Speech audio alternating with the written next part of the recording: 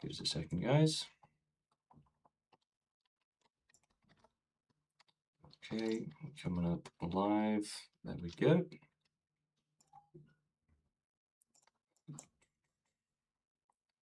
Bear with us as we start connecting to the streaming services. As we start connecting to the streaming services. As we start connecting to the streaming services. So my name is James. I am an activist. So my name is James. I am an activist. So my name is James. Sorry about that. So my name is James. I'm an activist in the pro-extinction movement.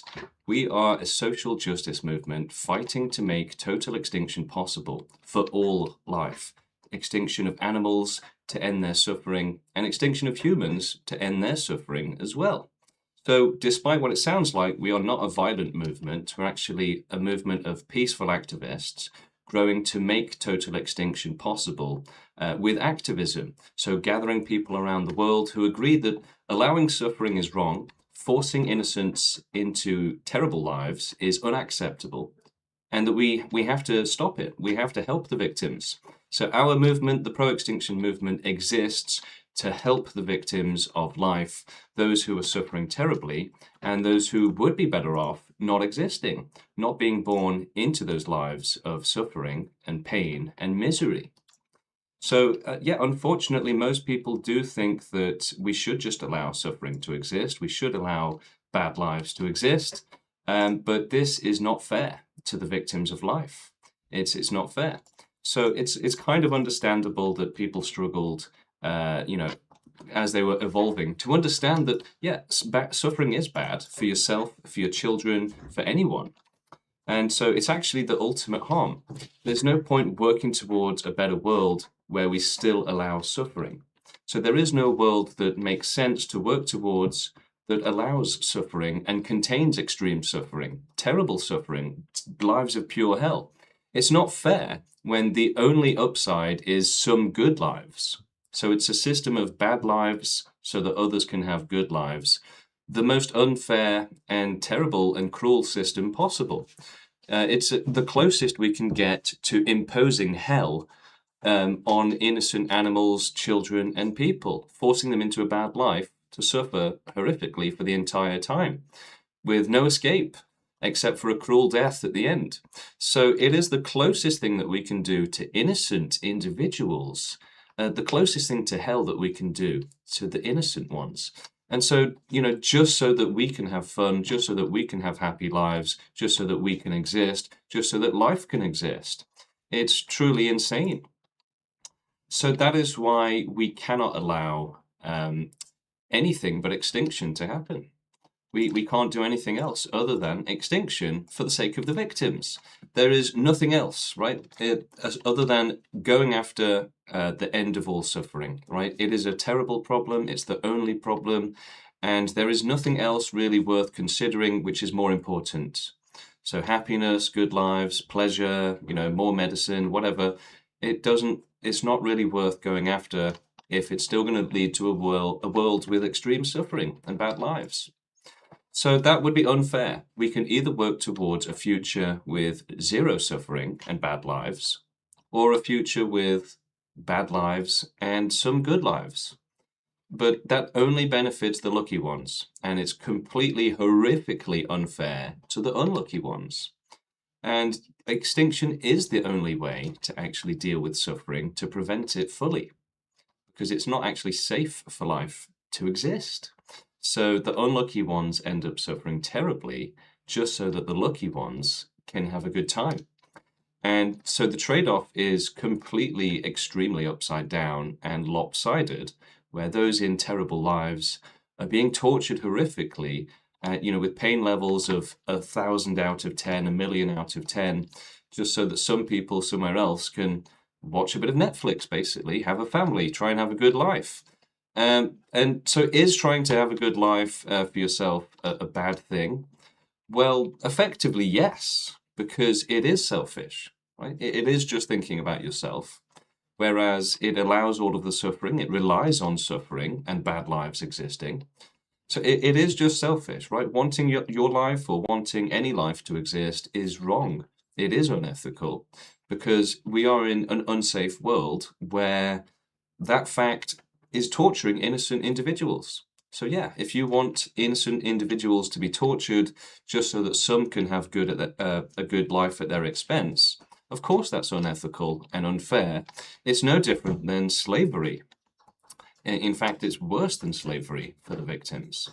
They're actually in it from birth, for their entire life, just being tortured with suffering, right? Babies can suffer from birth, and the elderly can suffer as well. So it is just an entire life of suffering for the worst off victims. All right, so the people in the YouTube chat are pretty upset about this. They don't seem to be very happy with this idea. And unfortunately, that is the normal attitude towards the victims of life, that any sort of suggestion that we try to put an end to bad lives being forced onto innocent individuals is just a joke, basically. So people are so indoctrinated into this world where suffering and bad lives are so hyper-normalized, just so that the lucky ones can benefit, that even the suggestion that this system is wrong and unfair, it is like, it's like suggesting to a slave owner that slavery is wrong. They're going to be like, what are you talking about? Slavery is wrong. What do you mean slavery is wrong? This guy is crazy. Get him out of here with his crazy ideas that slavery is wrong. Get him out of here. This guy's a psychopath. This guy's a nutter saying slavery is wrong. Doesn't he know I take care of my slaves? So that is basically the same thing with life, okay? Yeah, people, when confronted with the fact that life is causing extreme harm just so that you can have fun, to innocent animals and children and people, and they scoff in disbelief, like at the very suggestion of helping the victims. It's like, don't be so silly. Our happiness obviously is more important than preventing their suffering. And if there is no life, then there will be no pleasure. So even if that means no torture, no bad lives, we cannot allow that, right? We have to have the bad lives imposed onto innocent people and children and animals so that we can have fun, right? So it is an evil system. Out of all of the systems in the world, life itself existing is the most evil one, the one which causes the most suffering because it contains all of the suffering. And so there's also no benefit to it, right? Just a bit of happiness is not worth all of the suffering going on in the world. It's just terribly cruel, terribly unfair. If you really think that there's any sort of amazing life that you can live which could ever justify all of the extreme suffering in this world, then I would say that you're very selfish, right? And very self-centered. To actually believe that there's any amount of pleasure you can have which can make up for the extreme suffering the victims of life are going through is just pure arrogance, pure selfishness, pure bias, right? To allowing suffering for your benefit, right? It is bias, guys. So if anybody would like a debate, feel free to join the Discord. We've got it set up right here. You've got the link just above me, and I'm going to be sat in the voice channels on Discord waiting for anyone who has any questions or would like to debate. This is a live stream. This is not pre-recorded. So anyone in the chat or anyone joining the Discord to have any questions or debates with me will be welcomed in, and we'll get you straight on air to hear out your questions and hear what you think about extinction. If you think extinction is crazy, even though it's what the victims of life actually need to protect them from being born into bad lives, then tell us why. Tell us why you think extinction would be crazy. Join the debate, join the live discussion, and come and tell us. Tell us your opinion. Or if you agree with extinction, then also tell us. So Howard in the chat says, who else wants total extinction? Well, lots of people, actually. Our movement is growing globally rapidly. We have dozens of people signing up around the world, agreeing to help make total extinction possible for the sake of those who are suffering terribly, the sake of the victims of life. So the ultimate cause of suffering and harm is life itself, because life existing in unsafe conditions leads to all of the types of harm and bad lives and extreme suffering. So whereas, slavery caused a bit of suffering, animal agriculture causes some suffering. Depression causes some suffering. It's life itself that causes all of the suffering, and also the worst, more extreme types of suffering, where it's an entire bad life, an entire life of suffering, an entire life of pain with no balance, just misery, where you would be infinitely better off not existing. And again, it's easy to imagine these lives as just slightly poor people, slightly unhappy people, but that's just romanticizing the problem of suffering and bad lives. That's ignoring those who have extremely terrible bad lives, those who are screaming all day, every day in pain, begging for death, wishing they'd never been born, the animals being abused horrifically by sadists and psychopaths, or being eaten alive in nature, starving to death terribly. There are just tragedies going on all around us, and unfortunately people have just decided to accept them and ignore them and allow them, and never work to end the tragedies going on for these innocent children, animals, and people. Okay, somebody said nobody's on the Discord. Yeah, I am now in the voice channel, so feel free to jump in.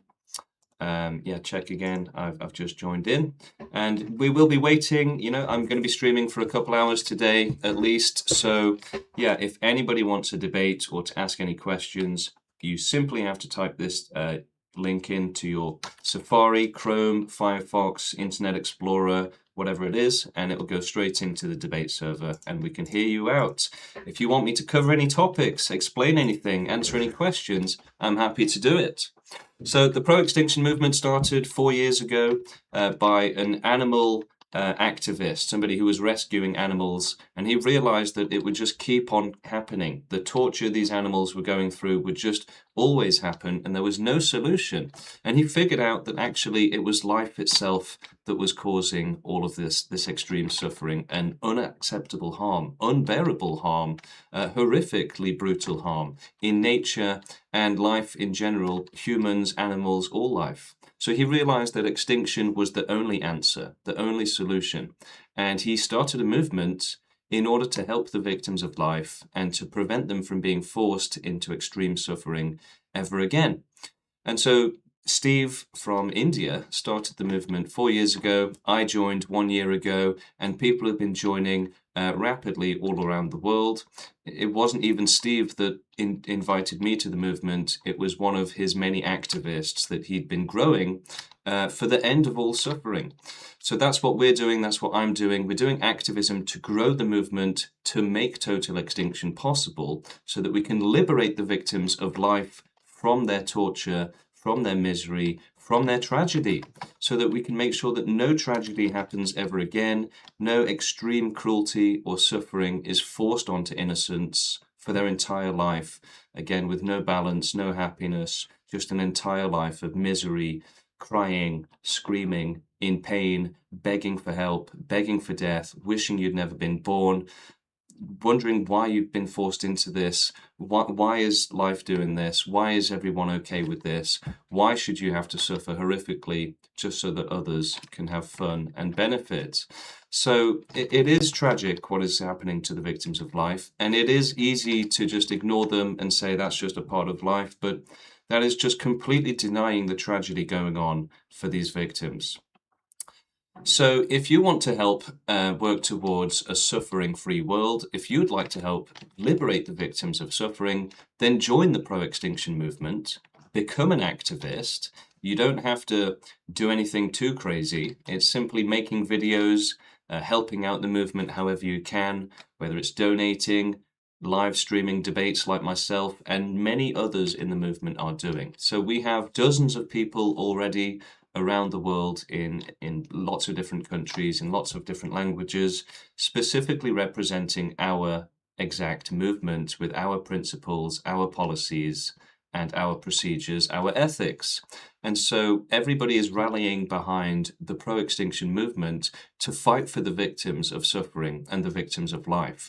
This is our only way to help them. So we are rallying, getting together, and all of those who care about extreme suffering and realize that this is wrong and nobody should be forced into a life of pure pain.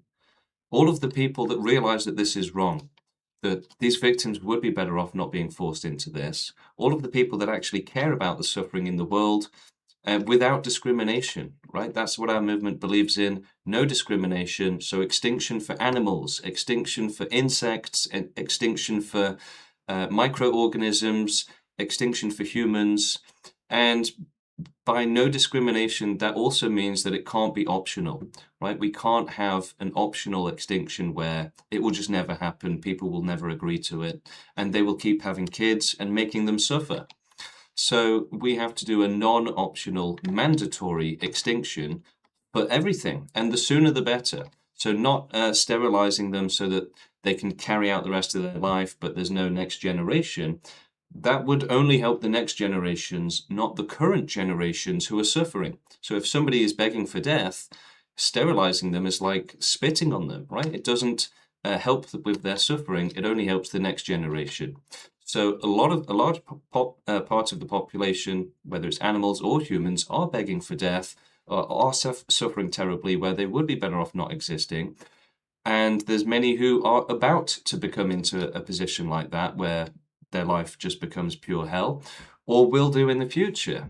And so we have to prevent this. We have to do it for them. And if we make it optional, then people will be too afraid to do it, or they will make the wrong decision. They will say, no, I should be able to choose. And then they'll go on to suffer terribly, or they'll make somebody else suffer terribly, or they'll have children and make them suffer terribly for billions of more years. So extinction cannot be optional. If you make it optional at all, then you guarantee suffering will happen.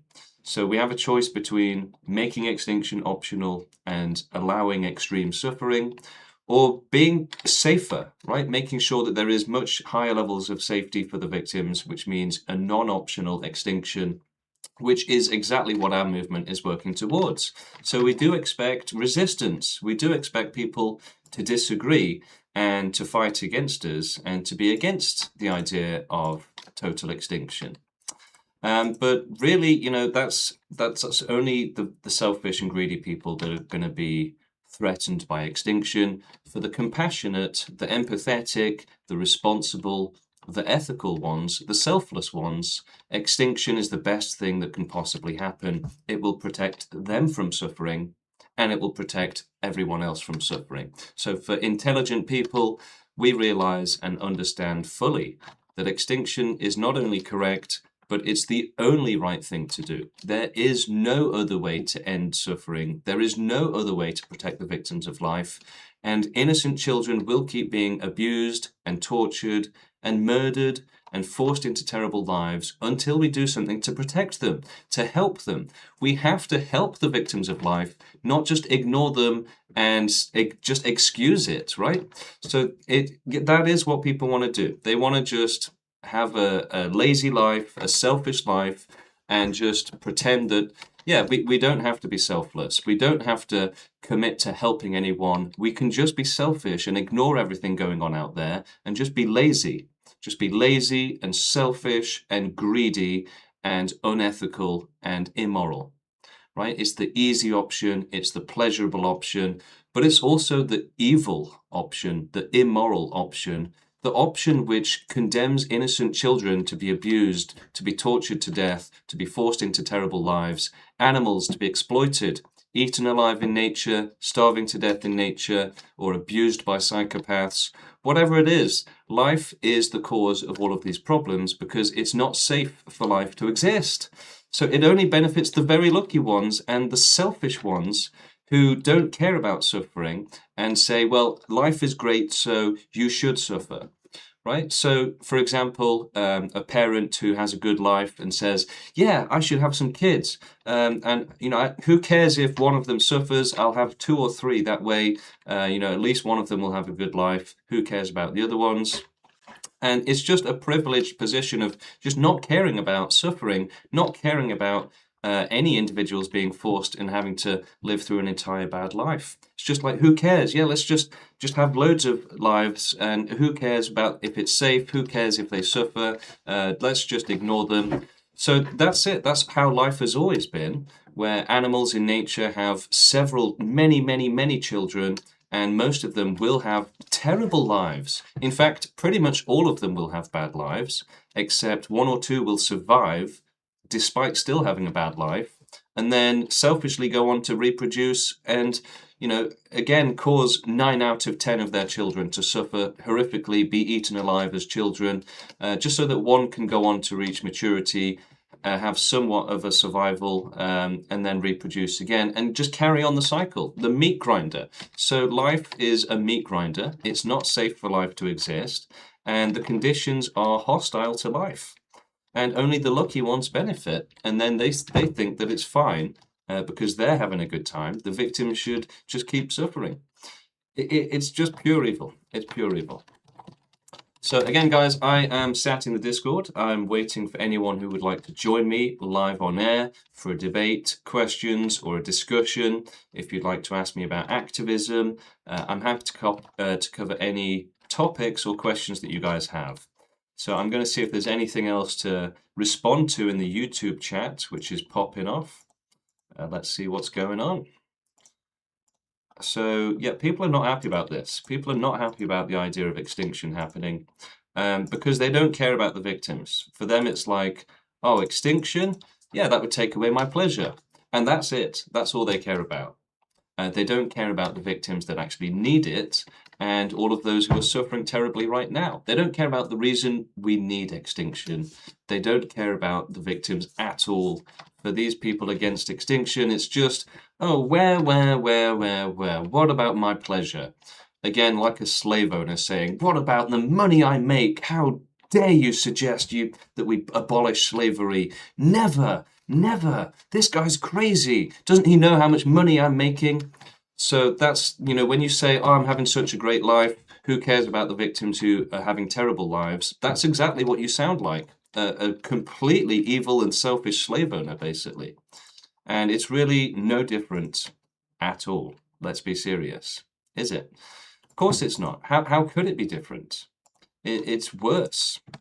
Life contains all of the types of extreme suffering, whereas slavery is just manual labor, and then obviously all of the cruelty that comes on top of that. But life itself contains much worse suffering, much greater suffering, and much worse types, much more extreme types. How long are you comfortable with someone being on asking questions? I have quite a few of them. Yeah, feel free to join in. Take as long as you'd like. So, yeah. Again, I'm just sat in the voice channel on the Discord server. The link is here. And anybody is free to come in and debate, ask questions, argue against me, support me, join the movement, ask how you can join the movement, or tell me I'm crazy, tell me I'm a psychopath, but be prepared to tell me why, right? Because look, we're here talking about all of the victims of life going through extreme suffering, and we have a solution. So we can either favor the selfish ones and keep the victims being tortured, which again is just a selfish decision, right? It's saying, yeah, torture the children so we can have fun. Or we can say, let's protect the children, even if it means that we give up our pleasure. So extinction is the selfless choice. It's the empathetic choice. It's the correct choice. It's the ethical choice. We should be prepared to give up our pleasure, give up our happiness, and do total extinction if it means that there's no more suffering, no more bad lives going on. Think about it. Is your life really worth the children being abused in this world? Is it worth any of the suffering in this world? Can any of the suffering be justified? Can any suffering be justified? No, absolutely not. So our movement is the only movement which stands for a zero tolerance policy on bad lives and extreme suffering, and the only movement which does not value selfish pleasure and greed over the victims of life, whereas everyone else does. They say, yeah, life should exist. Our greed, our pleasure is more important than preventing the victims from being tortured. So it's just pure evil, pure selfish, pure greedy. And so the right thing to do is to support total extinction and the victims. Support the victims instead of condemning them to suffer so that we can have fun, right? We should be giving up the fun and becoming selfless and ethical and working towards a suffering-free world. That is the only thing that matters. The suffering that these victims are going through is so unbearable for them. It's so terrible for them. It's so tragic for them. And there is no help. There is no happy balance. It is the worst thing possible that could ever be happening, the most tragic thing possible ever that could be happening. And we're justifying it so that we can watch Netflix, basically. It's incredible. So life existing is the ultimate irrationality. People are just happy to accept all of the abuse and extreme suffering as long as it means that life can exist. So in the same way that people irrationally believe in religion, people irrationally believe that life should exist no matter how much harm it's causing. It's completely irrational, completely insane to want life to exist in unsafe conditions where extreme victimization is guaranteed. Lives of pure hell with no balance, just misery for your entire life, torture for your entire life is guaranteed in this system. This is unacceptable. Forcing innocence into lives of pure hell. What could possibly justify that? Would you want to live a life of pure hell where you're screaming in pain all day, every day, and that's it? No, you wouldn't. So why should anyone else have to, just so that you can have a bit of fun, a happy life, right? It's pure evil. It is a dynamic of exploitation of the worst type, exploiting the worst types of suffering and cruelty just so that we can have fun. So that's it. You know, if you're against religion, then you should also be against suffering. If you're against cruelty, then you should be against life existing and the extreme cruelty that it's imposing for no reason, pointlessly, right? When animals developed on Earth and popped into the world and life started up, it wasn't for a good reason. It was because of a natural process. Okay, it wasn't for a good reason. It was for the worst reason possible. And it was the worst thing that could have ever possibly happened. Life beginning to exist was the worst thing that could have ever possibly happened. And that is a fact. That is an objective fact. That life existing is the worst thing that can ever happen. Ever. There is nothing even hypothetically worse. Because it means that life will suffer horrifically in the worst conditions. It's the worst thing because life existing in unsafe conditions is the closest thing that we can get to life, innocent life, being forced into hell. Okay, obviously I'm an atheist, but hell would have horrific suffering where you're just tortured for an incredibly long time. So we are essentially imposing the worst thing possible. We're essentially imposing the closest thing to hell onto innocent animals and people and children. And they're being murdered horrifically after a life of just pure torture, just over and over again. And this will just keep happening. The worst tragedies will keep happening.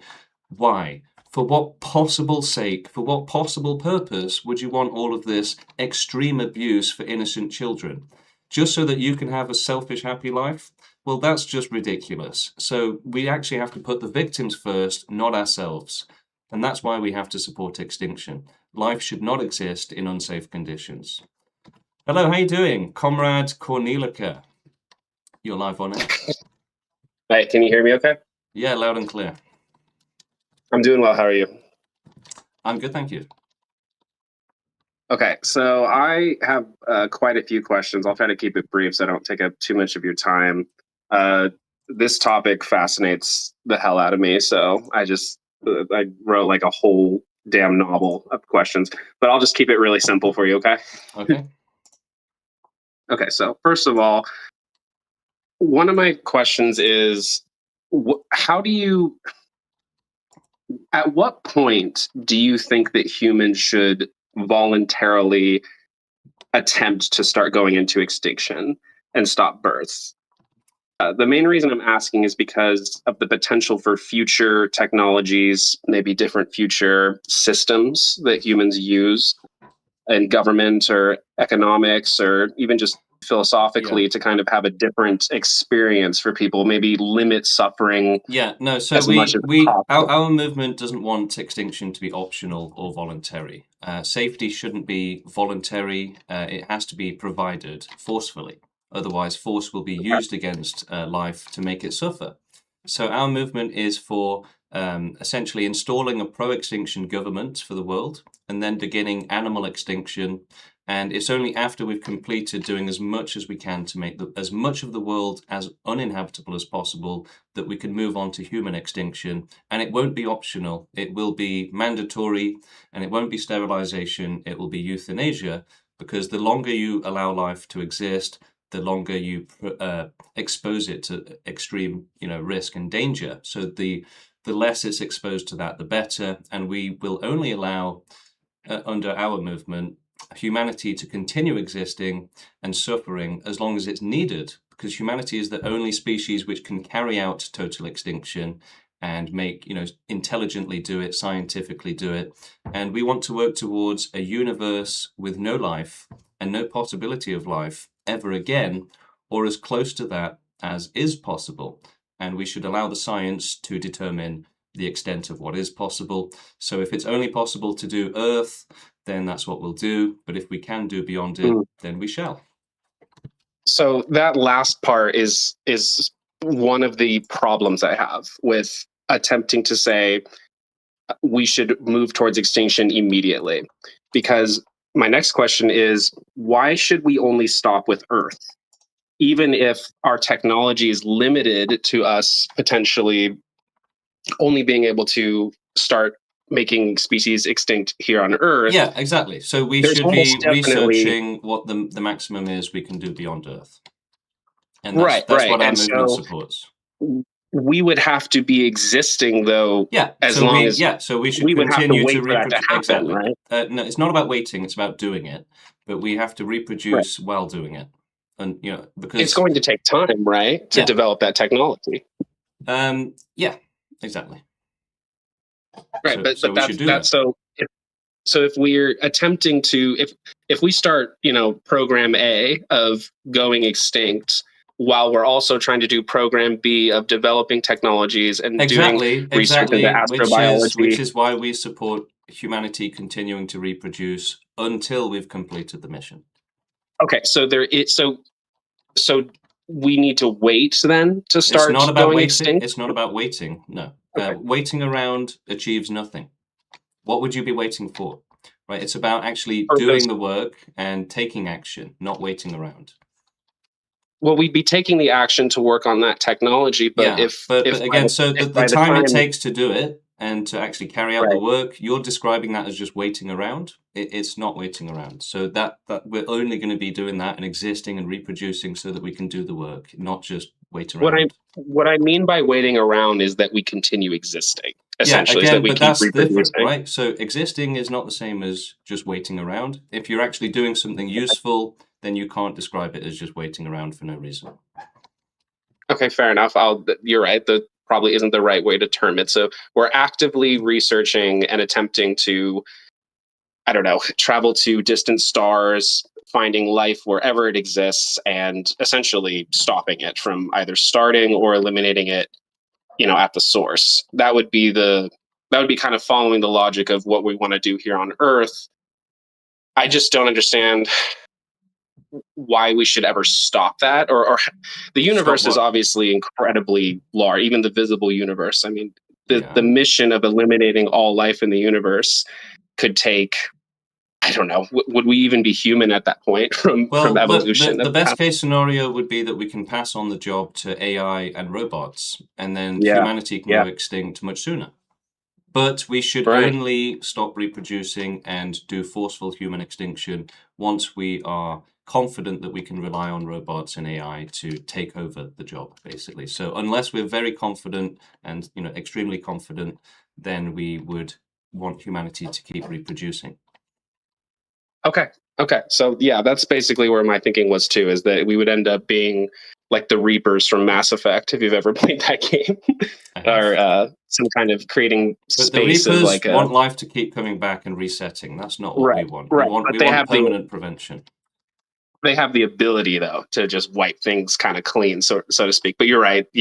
Mass Effect lore, they wanted them to continue. Yeah, I mean, look, we cannot really predict what the future is going to look like. So if we can do universe-wide extinction, right, it could happen in infinite different ways. And so trying to predict the science of what it's going to look like is futile, basically. We should just sort of respect the fact that we need to leave it to the science to make the determination of how much is possible, what is the maximum prevention of suffering and life existing that we can do. Yeah, and that is the goal ultimately. I mean, because it doesn't make sense to me that we should only limit it to Earth, that we should find it for all life. Yeah, most of the suffering will be beyond Earth, and our science actually indicates that the universe will probably be full of life, and it will be similar to Earth with just animals killing each other, and maybe some intelligence will develop if they're lucky.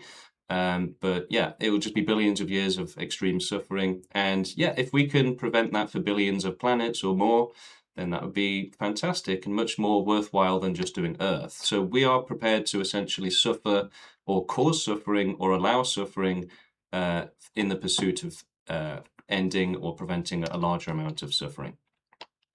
Gotcha. Okay. I do have another question if that's all right. Yeah, go for it. Okay. What do you think about this? Is another sort of futuristic scenario. What do you think about the idea that animals in the future we could create habitats for them? The most difficult one perhaps would probably be like bugs. That would be very difficult to control and limit their suffering, but definitely most mammals, we could create their own habitats, kind of genetically program them and try and control their population and just limit them from being attacked by predators or it's not ethical to have any life existing just for the sake of it when the unlucky ones will suffer. So we support total abolition of all life and not just having life exist for entertainment's sake, which is what it is for most people right now. There's animals being ripped apart in nature, and instead of actually caring about them, we just film it and watch it for entertainment. If we were able to remove the predation aspect, if their life cycle, I mean, it would obviously disrupt how the world currently works. You can't. There is no way to interfere with nature without just. You have this system of nature, what we have right now. You cannot just say, let's take this out and just keep it exactly the way it is. It will never, ever be possible. So reducing suffering in nature is physically impossible. And the only solution is extinction. And not to just keep them around where some will continue to suffer horrifically, just for the sake of it. Theoretically, in my mind at least, it would be an extremely advanced civilization that would be able to do something like that, create habitats where these animals could exist and not be hunted down, not be killed, not even exist just for entertainment purposes, but just exist because they do exist and some people just want them to continue existing, or perhaps the animals themselves don't really know any better. They're just existing. But that's what I'm imagining, is that we're not even dependent on the ecosystem as it currently exists. It would just be a totally almost sci-fi-like scenario. But I mean, like I said, we have no idea how technology could develop. Yeah, well, our movement supports working towards removing our dependence on animals while doing animal extinction. So if all the animals disappeared today, then the planet would be uninhabitable for us, and that would prevent us from doing universe-wide extinction. Got you. I do have a ton more questions, but I'm sure other people probably do too. So I don't want to take up too much of your time. Feel free to jump back in later or to stay on the call. So we've also got we've got about 3 people in the Discord voice channel now. So if anybody else would like to ask any questions, then unmute yourself now and speak. Yeah, this Coldplay guy, he said he had an argument that will destroy all the movement. Oh, really? Yeah. Is it that we should start with ourselves first? So tell it to us, Coldplay, tell it to us. He said like he have just one argument and it will destroy the whole movement. Okay, cool. Do it. We don't hear you, by the way. Yeah, we're waiting. We have Mr. Coldplay. Coldplay. You've been hyped up here. Burn in hell. Niggas burn in hell. Okay, so yeah, just a troll. Nothing serious there. Yeah. Oh well. So, does anybody else in the Discord have any questions today?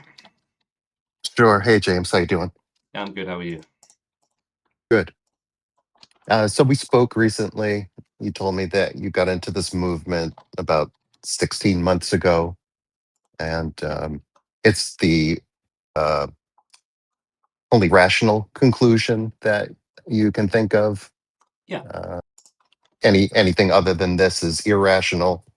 Yeah, it's not rational to essentially think that life existing is so important that it justifies all of the extreme suffering, basically. So, but life required that in order to exist. If animals disagreed with life existing, disagreed with eating each other and not caring about each other, then they wouldn't have survived. And so humanity has still got that, and we need to evolve out of it to say that, to go from thinking that life should exist no matter what and no matter how much extreme harm it causes to innocent individuals, to life doesn't need to exist, it's just a privilege and it's causing extreme, ridiculous amounts of harm, trapping innocents into lives of pure hell. And for what? Just so that we can have fun at their expense. It's not fair, it's not right, it's not rational.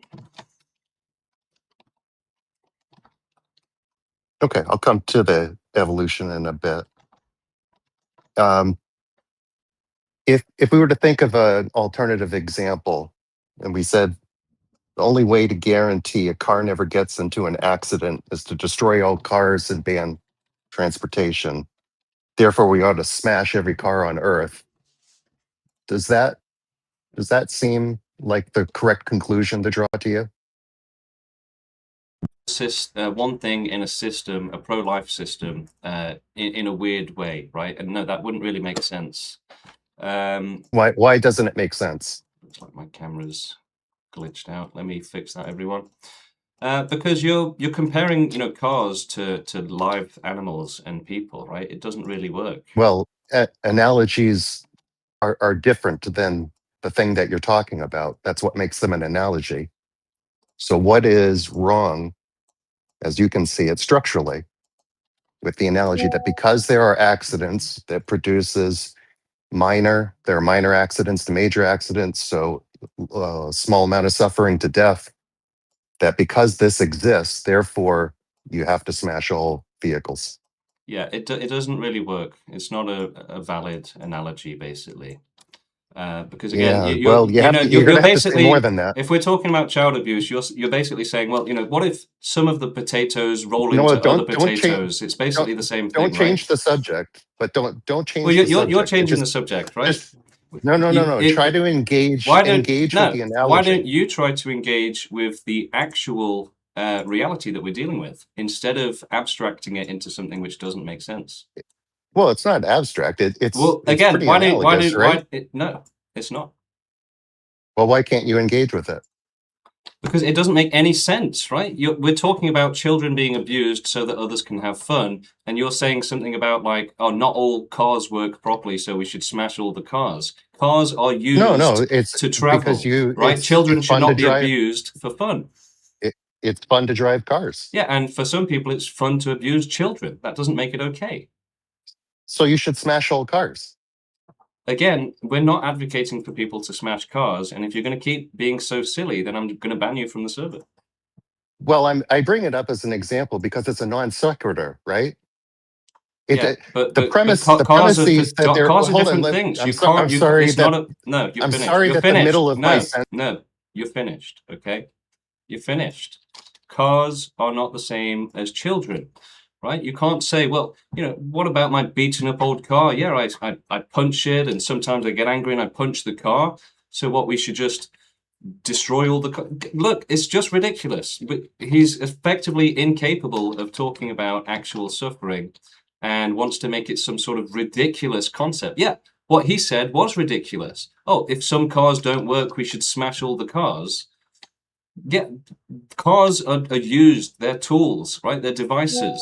But if some children are suffering horrifically, then we should make sure that they're not suffering horrifically, right? He's comparing children being abused to cars not working, right? That's his level of respect for life. It's effectively zero, right? He values children being abused in the same way that he values a vehicle being used to get from point A to point B. So the victims of life are just an inconvenience for this guy, just something to be used, something to be exploited. Yeah, just like the bad cars. Well, there's a couple of bad cars on the road, but we need the good cars so we can travel around. It is like saying, again, it's like a slave owner mentality, which doesn't apply to cars because they aren't sentient beings, they can't suffer, which is why it's not a valid analogy, and it's a ridiculous hypothetical. It just proves that he's not able to actually engage on the topic properly. And you know, most people aren't, so it's not really surprising. Okay, so yeah, I'm still waiting in the Discord if anybody else would like a chat or a debate or a discussion. But if you're going to be uppity like that, then you are going to get kicked, right? If you're going to try and control my show and be rude, then guess what? Sayonara. It should be obvious. Anyway, so yeah, you cannot compare children to cars. You cannot compare tools to victims. And that just demonstrates the callous mentality that people have towards the victims of life. They're just a tool, something to be used and exploited for our benefit, right? But that's pure evil. So yeah, it's actually amazing. All these people making their crazy arguments, they really do demonstrate their insanity and their complete lack of any sort of care for the victims without realizing it. And you just have to expose it to show how silly they are. Okay, James, I'm struggling to see how you can claim to be a scientist and not understand the point of an analogy. I understand the point and I use them myself, but comparing child abuse victims to vehicles and saying, well, yeah, you know, some vehicles don't work, some kids get abused, what's the problem? That's completely insane. That trivializes and downplays the victims and just literally puts them on the level of an inanimate object which we use for our benefit, right? Children being abused should not be compared to that. Sheesh. All right, let's see if we have any other interesting comments. And again, still waiting in the Discord if anyone's interested. So someone says, is James a scientist? Well, yeah, I study psychology, rationality, evolution, biology, stuff like that, basically, you know, the important stuff. All right, so let's go over some basic sort of arguments for extinctionism. So a lot of people say that extinction would be wrong because it would go against consent. You know, what if people want to live? Well, the thing is that consent shouldn't be protected. What does that consent protect? What does making extinction optional protect or serve or help? It only serves pleasure, happiness, luxuries, privileges, basically, things that are frivolous, unnecessary, things that are nice, but that, you know, you should be prepared to give up if needed, right? And so, yeah, that consent, if we respect it, that's only going to be used. They will only use that to consent against extinction and to go after trying to survive. But then they're going to suffer terribly as a result because they can't think of any other option, right? So if we make extinction optional, people and animals, obviously, will choose to survive, and then they will go on to suffer horrifically. So we can either allow them to suffer horrifically in the pursuit of some trivial, unimportant privileges, or we can make them safe and make sure that there is no terrible suffering, that they never fall into a life of tragedy and pure hell and extreme torture. So what's more important, their safety or their pleasure and their shallow, trivial, you know, luxuries?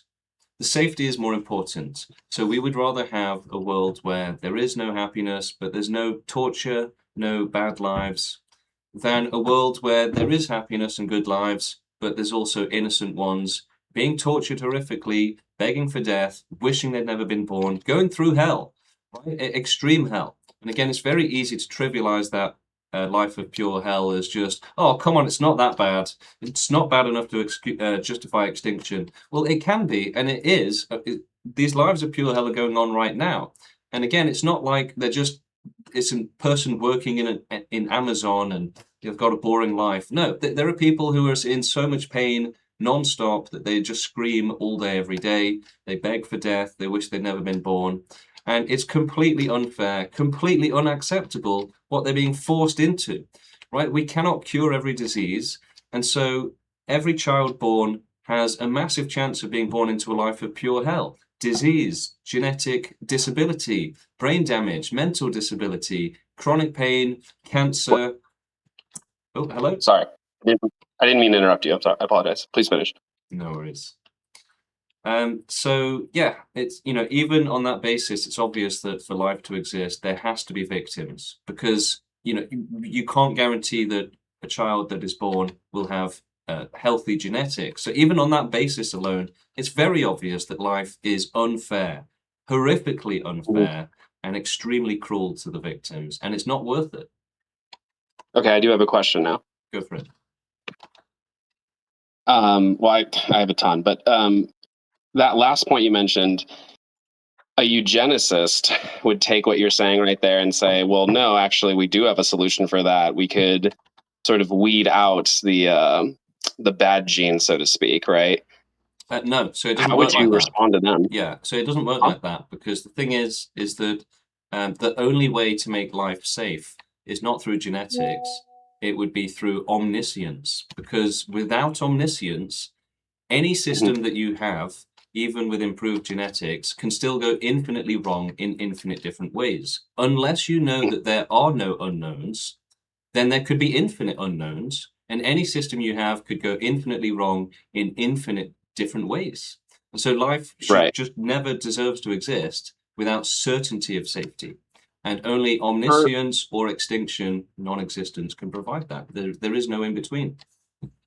So I would concede to you that this system we live under, this reality, these lives that we live, there definitely is more suffering than there is joy. I mean, and you can prove that a multitude of different ways. So I would concede to you on that.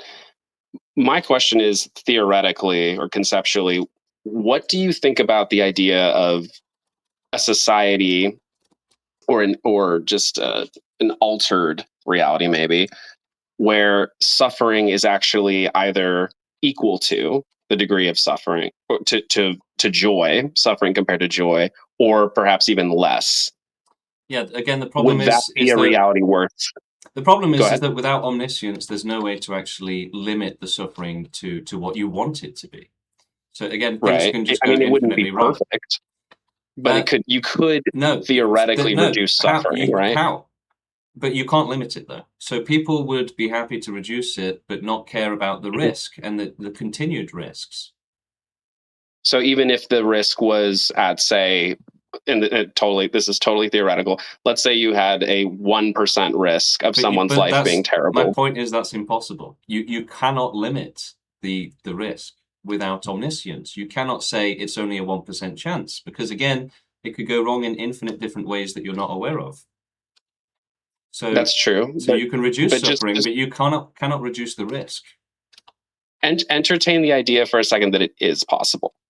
That just because again, like I preface this, it's again, there is no in between. For extinctionists, life either doesn't exist so that it's safe from suffering, or it exists in heaven, right? Like a fully souped up, no downsides, proper heaven, right?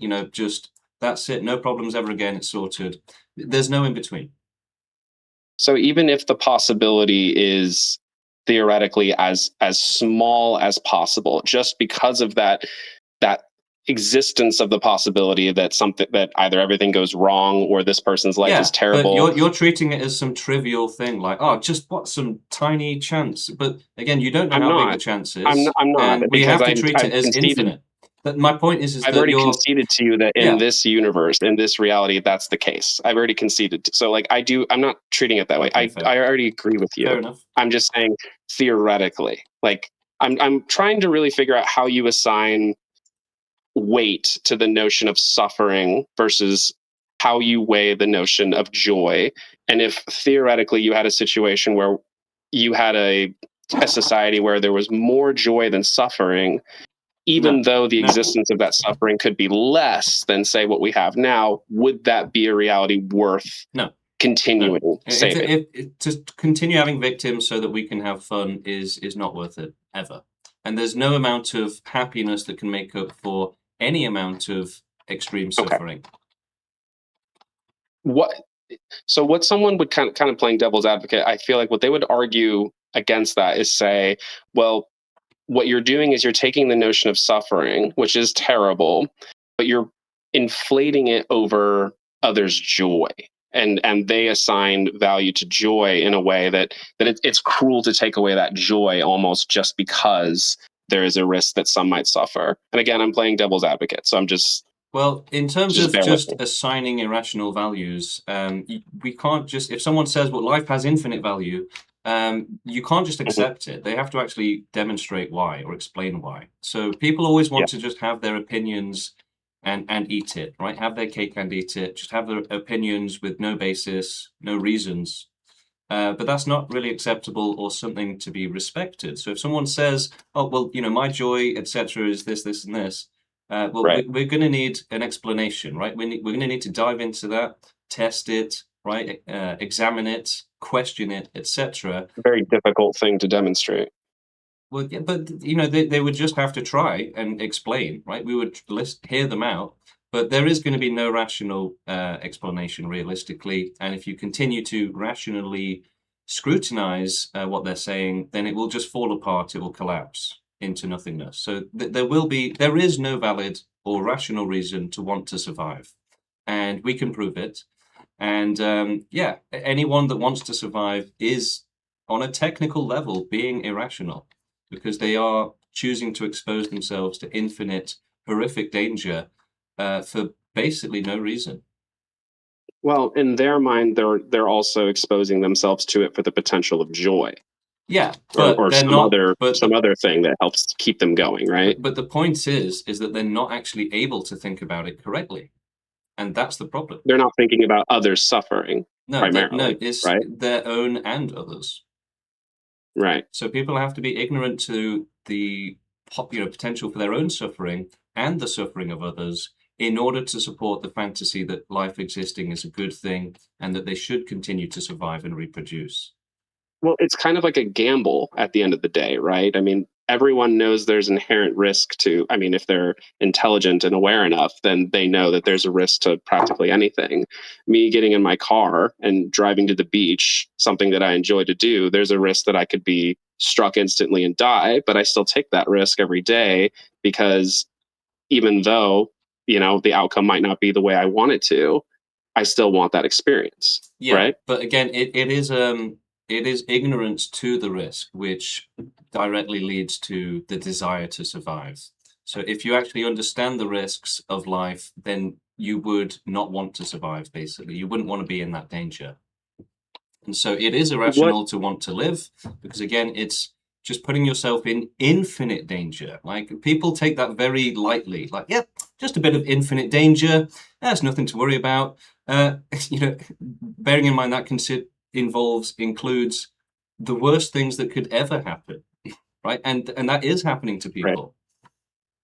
So you're saying they're not factoring in, they're thinking of it as like a day-to-day basis rather than the constant looming threat of everything possibly going wrong at any moment in their life. And then they're saying, well, I'm just going to choose to live that life, even though that threat looms, like you're saying, constantly. Well, no, I'm saying that they're completely unable to think about it. Okay.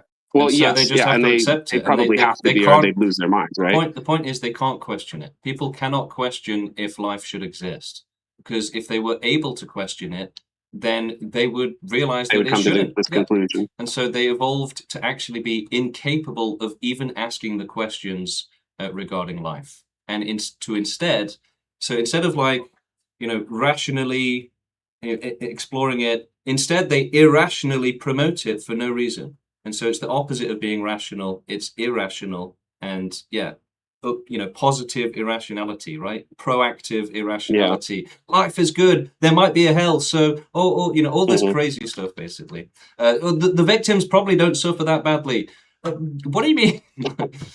So, yeah, it's sort of that kind of reminds me of how, generally speaking, it's like the human mind and the human brain itself has to sort of be ignorant of a lot of processes that are going on constantly, because if all of that information you were attempting to try and process it all at once, it would kind of drive you crazy. That's why your subconscious and other parts of your brain have to handle it that you aren't even directly aware of all the time. I feel like there's a parallel to that, and how we have to kind of go through our daily lives and not think about, everything you just said. Exactly. So, extinctionists are people that have actually asked these questions. Should life exist? Is it right? Is it fair? Whereas nobody else wants to ask these questions or even wants to think about it. It's the opposite. Again, instead of, really examining these positions, it's just, don't even dare question these positions. Life is an amazing thing. And if you even question it, then you're crazy. Right, so it is to avoid examining it, avoid it scrutinizing the actual rationality of the position.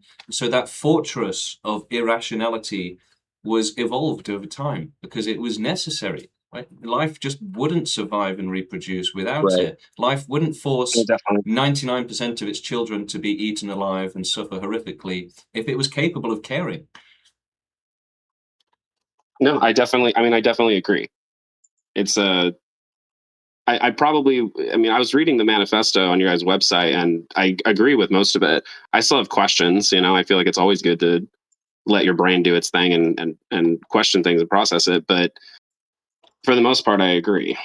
It makes a lot of sense. I've thought about it for a long time, honestly. It's just, but there's a lot of different ways that we're programmed to keep going, right? I mean, there's a lot of things that can just distract you and kind of keep you from not thinking about those things, and everyone else around you for the most part is also not gonna they're not gonna be. It's kind of like we're all watching a movie, like we're at a movie theater, and what you guys are saying is like, hey, you guys realize that the movie's not even real, but everyone just wants to be immersed in it. It's kind of like what I'm getting. Yeah, I mean, the pro-life society that we live in and the culture, it does go against it to try and question these things, right? So, if you're at a social gathering and everyone's, celebrating a new birth or something, and you're like, oh God, no, then yeah, you're gonna stick out. And so, to take it even further and do activism for extinction and to speak out against suffering, obviously it's even worse for your life. So, yeah, you can either just fit into society and just, keep your head down and not cause trouble, not question anything, or you can actually challenge the system. And we live in an animalistic, irrational system. And so our movement wants to build a rational world. And that starts with putting the victims first and realizing that life existing is just a pleasure, a luxury, a privilege. And it's not more important than the prevention of extreme suffering and the tragedies that these victims are going through, just so that we can have some shallow pleasure. The ignorance of what the victims are going through and the inability to actually care about it and to consider it and to realize that we should care about it. Yeah, because I made a video about this earlier, but when you just accept the suffering in the world as just a part of the world, then it becomes difficult to actually care about them because there's no reason to care about them, right? Oh, that's just the way it is, so why should we care?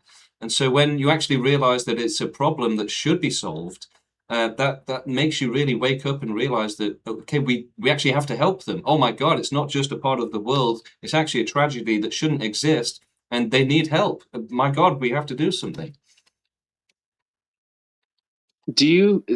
You said earlier that you don't want it to be a voluntary thing, extinction. You don't want it to be a choice. You want it to be something that a government that in existence is implementing actively for everyone. Yeah. But is that correct? Yeah. So what do you have to say against people who would argue that even if you and that government consider existence basically to be a raw deal, that consciousness and life itself is just a tragic misstep of the universe and it should be wiped out, that they themselves want the choice and the ability for at least themselves to continue existing? Maybe not. I can see how the argument would fall apart if they wanted to reproduce, but what if they just wanted to exist for as long as they could, I guess I'd have to ask if your method of extinction is just stopping reproduction, or if it's like actively euthanizing people. Actively euthanizing. Oh my, yeah. Okay, so I could see a lot of people having quite strong reactions to that, right? Well, yeah, but the thing is Yeah. that if we make it optional, then they'll make the wrong decisions. But we're also making the they'll choose choices to for live and them, suffer.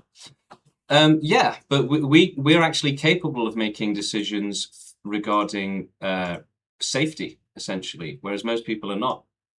So they've actually So we are more. They've evolved to be incapable of making responsible decisions for their safety and the safety of others. But extinctionists have a genetic mutation that makes them, irrational when it comes to suffering and ethics and things like that. It makes us less animalistic and more responsible and actually capable of doing the right thing. So they're essentially more primal, more less evolved, you could argue. Yeah, I mean, think about how religious the world has been, and now it's evolving to be less religious.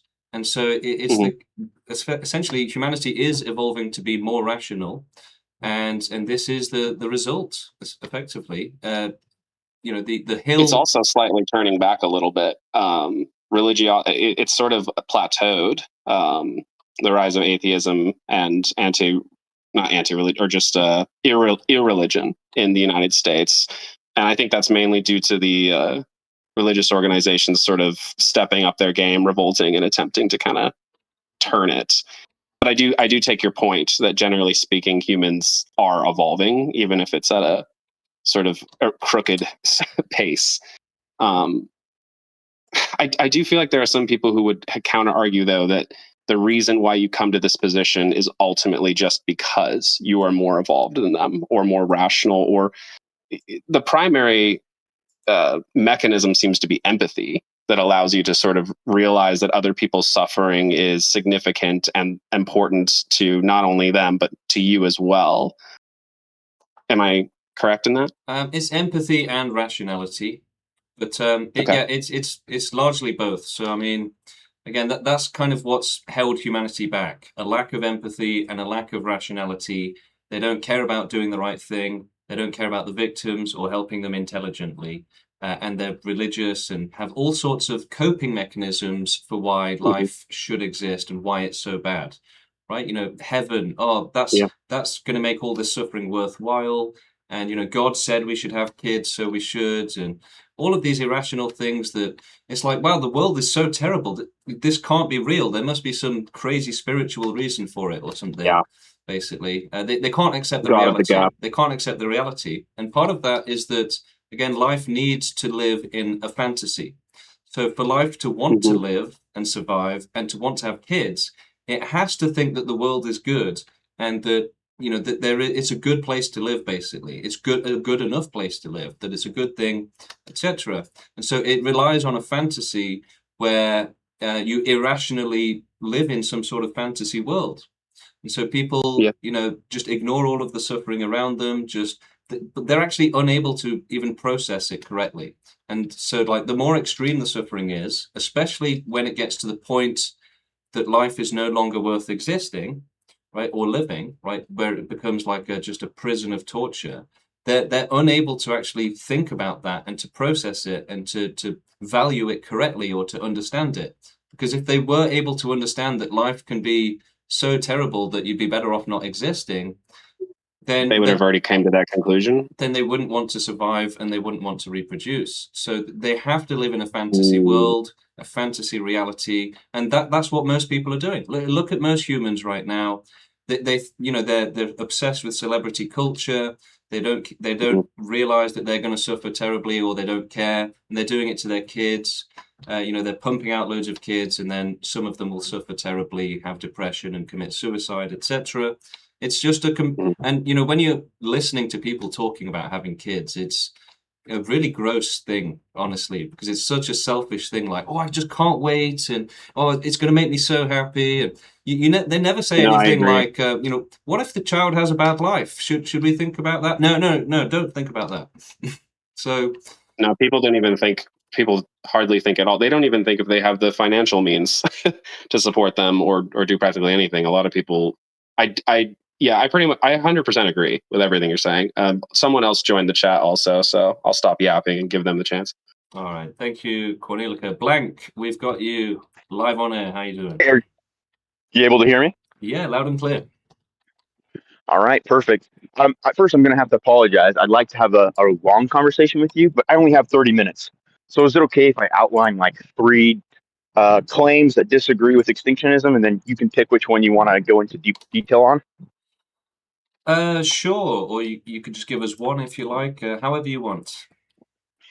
Okay, I'll do it really quick, like maybe 5 seconds for each. The first one is extinctionism is rational because it makes universal prescriptive judgments. The second one would be it's irrational because it has the irrational premise that suffering is evil.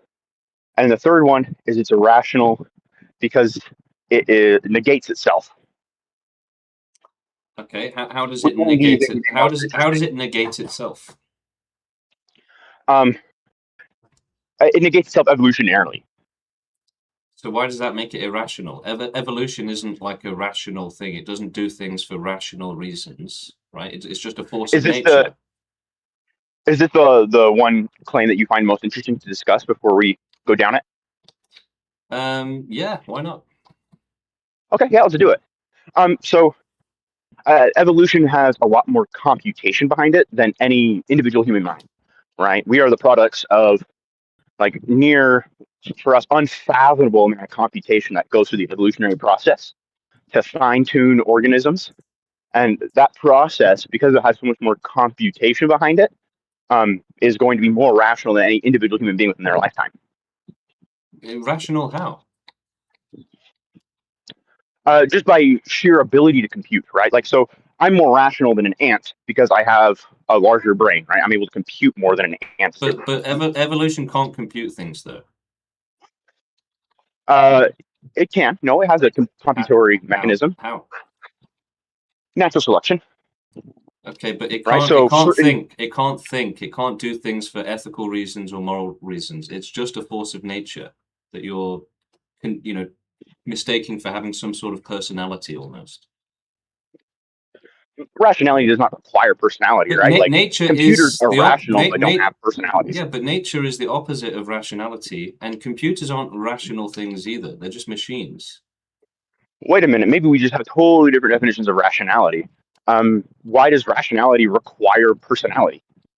I thought personalities make you irrational. A stone can't be rational, right? A group of animals that are completely disconnected by land and space cannot be a rational, coherent hive mind, right? So evolution does not compute, it doesn't think, it's not rational, it's just a force of nature, and that's just the way things play out, and survival and reproduction. Are you just like taking that as a brute fact? It sounds like instead of trying to think about if extinction is right or wrong, you want to just say that literally we should never use our brains because nature is smarter than us and will always know better. That's like the most unintelligent thing I've ever heard in my life. Yeah, I didn't say that though. But that's what it that would be sounds really like. unintelligent. That's exactly what it sounds like, though. Okay, well then that's not what I'm saying. What I'm saying is more specific, right? So what makes human beings rational? We evolve rationality so that we can survive. If you make a decision to kill you and all your family and every human being, that'd be irrational. We've actually evolved to be irrational so that we would survive.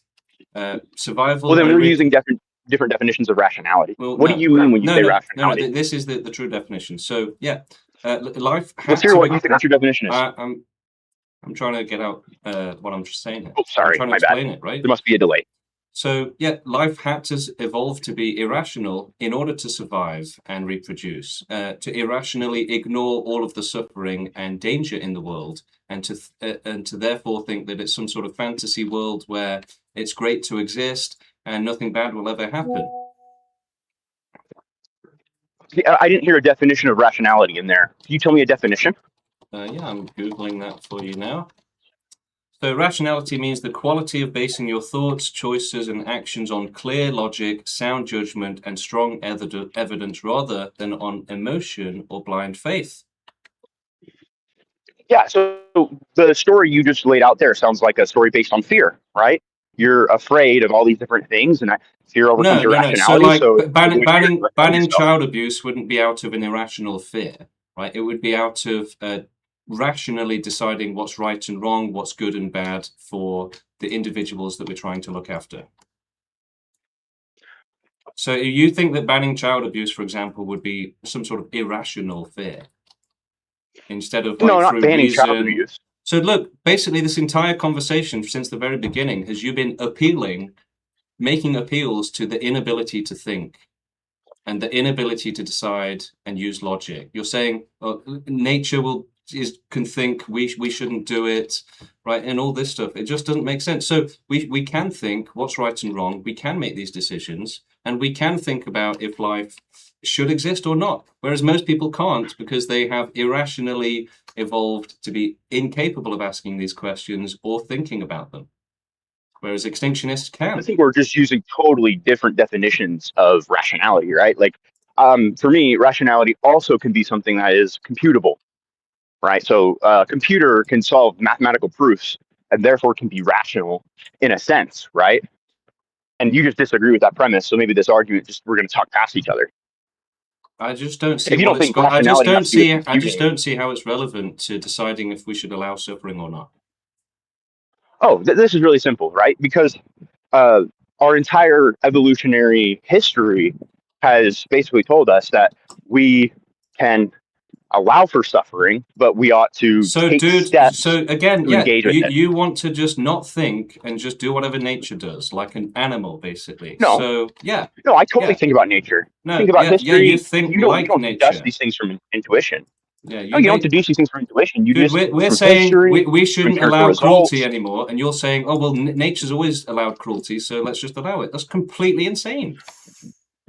I think we're having a disagreement perhaps on my first premise. Like, I don't think that. I think this is just a terrible conversation with a completely irrational person that's just not worth talking to, right? It's literally just one appeal after another to we can't think, nature should think for us, so just crack on and just forget everything, just get your head down, look down, don't think about anything. Nature has made every decision and is unquestionable. And we should never question nature. It's more rational than we are, even though it's just torturing animals pointlessly. So the guy's insane, right? He basically, a lot of people do this where they worship nature and nature does the thinking for them and will say completely insane things in order to defend life existing and to defend and excuse the suffering.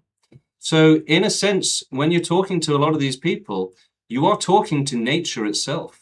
You are talking to the irrationality for survival and reproduction that has just built up over time, just gotten bigger and bigger and bigger to the point where it will just say completely insane things like ban child abuse.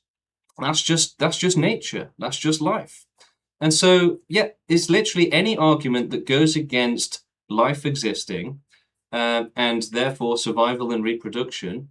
The irrationality in the brain for both animals and especially humans will not only reject any rational thought, it will also violently reject them with irrational thoughts, right? So should we allow cruelty? Oh, well, nature does it, so we should. Like, what?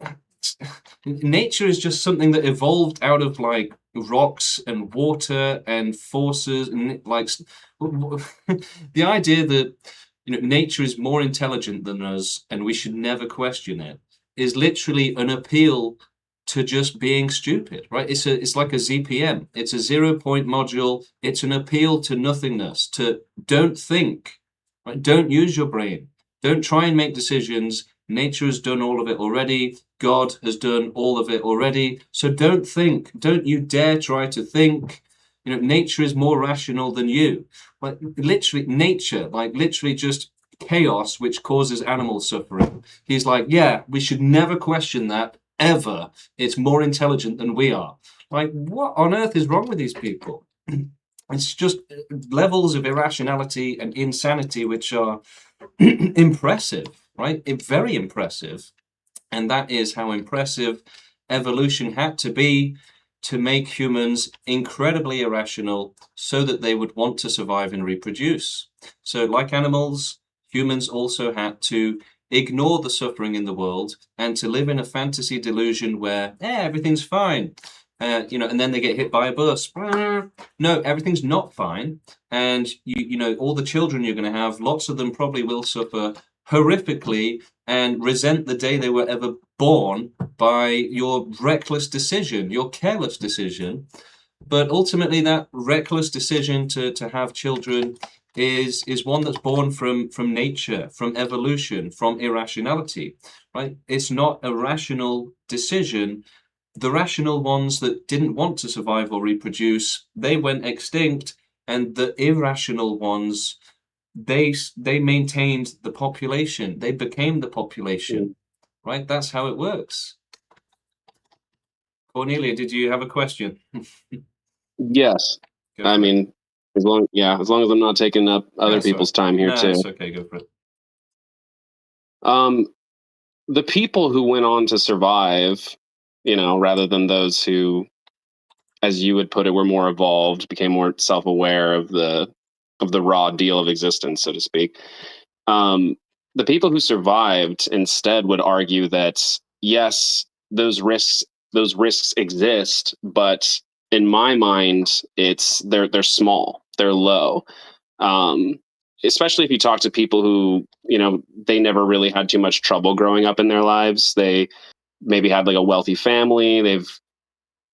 They weren't bullied. They had good parents, and et cetera. It's very hard to convince them that life is kind of the way you're describing it, even if, I concede to you it is more like how you're describing it. How do you go about convincing someone that their life hasn't really been that problematic, that life itself is so problematic?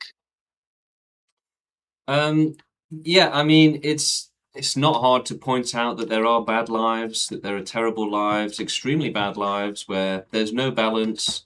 It's just misery. They're forced into this. They didn't ask for it. And it's like being sent to prison when you've done nothing wrong and then being tortured for your entire life and then killed in a horrible way as well. So you wouldn't want that to happen to you. And yet that is happening to people and animals all around us all the time. I get contacted by people every day saying, can you help me commit suicide because I'm just in so much pain. I'm screaming all day, every day. I cannot go on like this. And obviously I can't help them. I can send them on to the right resources and everything. But yeah, the victims are going through pure hell. And it is coping mechanisms that make people want to think, oh, that won't happen to me, and I don't care if it does happen to anyone else. But again, these monstrous opinions, like I don't care if it happens to anyone else, they're like passive opinions. They're not active. So in some ways, people don't realize they have these opinions at all, and it's only when you push them on it that these monstrous opinions come out, and they don't even realize what they're saying. It's only when they're pushed to their limits, right? They're backed into a corner that they start saying this horrible stuff, right? To try and think of a way to defend life. Well, they just don't. They're not even aware of it. I mean, they don't think about it, like you said. So I don't know if it's as malevolent as they just as they genuinely hold that. Exactly. It's the opposite. It sounds and looks malevolent when you expose it, but they're kind of not aware that it's there. And that makes sense because, they're in this fantasy and all of the bad stuff is kept out of this fantasy, basically. And so, yeah, they're not aware of it. They're just aware of the fantasy. Well, it's so, and also all that suffering you mentioned is so removed from their lives, because the example I gave was someone who just hasn't experienced that, doesn't even really think about that. And you will, I mean, I'm sure you have met people in your life that are just so happy-go-lucky. It's like you would think that nothing bad has ever happened when you talk to them, how amazingly ignorant they are of a lot of the suffering on the world. Those people would definitely argue with you and tell you that life isn't as bad as you say it is. Whatever negative risks exist are worth it for me, and that you have no right to kind of take that away from me, my ignorance. So what would you say? Well, we would say that we're going to do it either way, right? We will not allow any suffering for the sake of pleasure. Now, again, if you make it optional, right, then the worst tragedies ever will happen. And so yeah, it's easy to say, well, they chose that, right? So let them suffer. But again, there's a very good chance that they're not making a fully informed decision when they're accepting that risk, and that's the problem. They don't realize how bad it will be. Their survival instinct kicks in, and so they make the wrong decision confidently, and then ask us to respect it, basically. And so, yeah, for us, we would love to respect their consent and respect their decision. But if we do, then we are risking suffering that is so extreme and outrageously horrific that we would just never, ever see that. We shouldn't allow that for anything, basically. Do you foresee your movement being successful? Because usually presenting people with the notion of we know better than you, even if it's true, doesn't go down well with most people. Yeah, so we're not relying on most people. In fact, yeah, most people, we effectively just count them out in terms of growing the movement, right? We don't believe we can convince them. We don't believe that we can make them rational. So the problem in their brain, which makes them irrational, makes them also too irresponsible to be given the task of ending suffering and working towards extinction. So most people that, irrational people that do agree with extinction, they agree with it in very irrational ways, basically. Like, oh, just nuke it, or just send a virus, just crazy stuff like that, right? Whereas we need to do it intelligently and rationally and with patience, basically. I think that's one of the easiest ways to see that other people do it irrationally, that there's no patience at all. There's no care to actually do it properly. Antinatalism, it's just don't have a kid, that's it. There's no more thought to it. It's one sentence of a thought, right? How do you stop them from all of the people you can't convince from having children? So for now, we want humanity to continue, and the more humans, the better, because that will mean less wild animal suffering as we take up more of the planet. For example, we've reduced the populations of the fish in the oceans by half. So there's half of the suffering going on there now, basically. So the more humans, the better, and the more capable we'll be of doing a proper scientific extinction as well. The more humans, the more scientists that we'll have. And so if humanity declines in population now, we'd risk animal extinction. We'd risk human extinction before we complete animal extinction. So we can't risk the only solution for animal suffering before we complete it, basically. Well, with increased population, you also have more people that are likely not going to subscribe to your thinking on it, and thus arguably it'd be more, even though we'd have more scientists, arguably it'd also be more difficult, wouldn't it? Well, you could argue that it's easier to control a smaller population, but we don't think that's a realistic way to move forward, to have a smaller humanity. Again, that would make extinction much more difficult in terms of the practicality. So our preference is to rule the world with a large population, basically. Rule the world, and we know better than you is definitely going to turn off a lot of people. But it should turn on the right people, basically. So we don't care about the people it's going to turn off. There's nothing we can do about them anyway. So you have rational people and irrational people. We're just depending on the rational people to join us.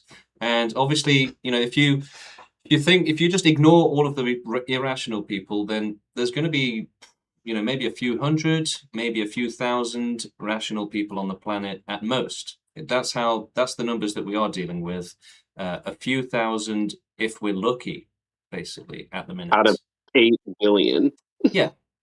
So that's why our movement is dedicated to reproducing, and we're already donating sperm so that we can get more activists out there in the future. If you donate thousands of sperms, then you could have hundreds of activists in the future per person that's donating sperm. And we'll also be doing like reproductive factories almost, where maybe we're having people reproduce specifically for extinction, but ideally, these are all like half measures, right? So the better measures are to actually work on human genetics and to effectively cure human irrationality, to safely make it so that any future humans being born can have rational genetics and work towards a rational population, basically.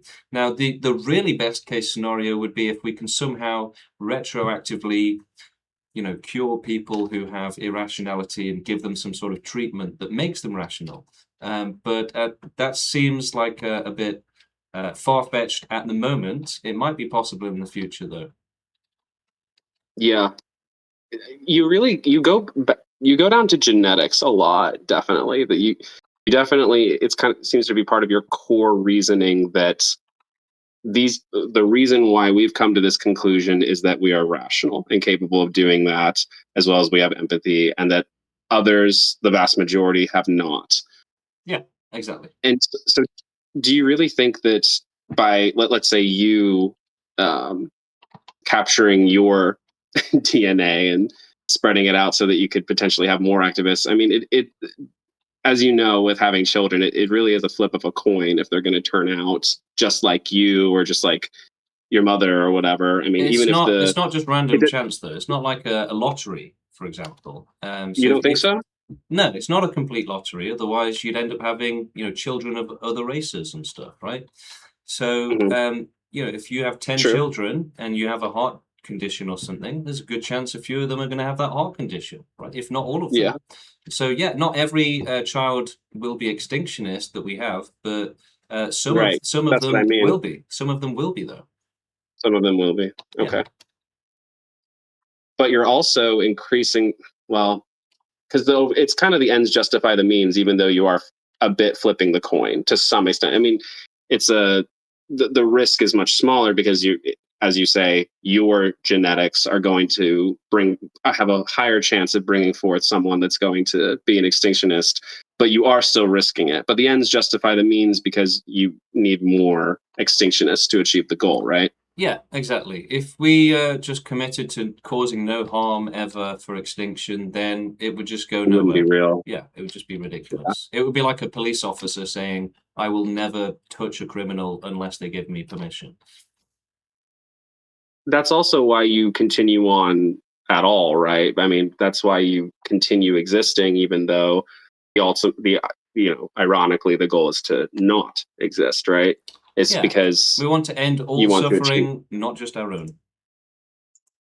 So it's almost like a service, like a duty to do it, right? Yeah, people have a very individualistic sort of mentality for life and think, oh, well, if I want to do that, I'll do it. If you want to do that, you do it. But no, that doesn't really work. We do need a system that controls everything and everyone, basically. In my mind, like I said, like I said before, I mostly agree with pretty much everything you're saying. There is a part of me, though, that fights back, sort of, and says, well, I mean, how can you really say that the suffering of one person is equivalent to potentially the joy of thousands, right? Even though that's not the reality we live in, I'm just, as a concept, right? It's very tempting, isn't it? It's because it's stress testing the idea, basically. So, well, if would one justify 10,000 happy people? And the answer is no, because the thing is that you either have a zero tolerance policy on accepting and allowing suffering, otherwise you have an infinite acceptance policy.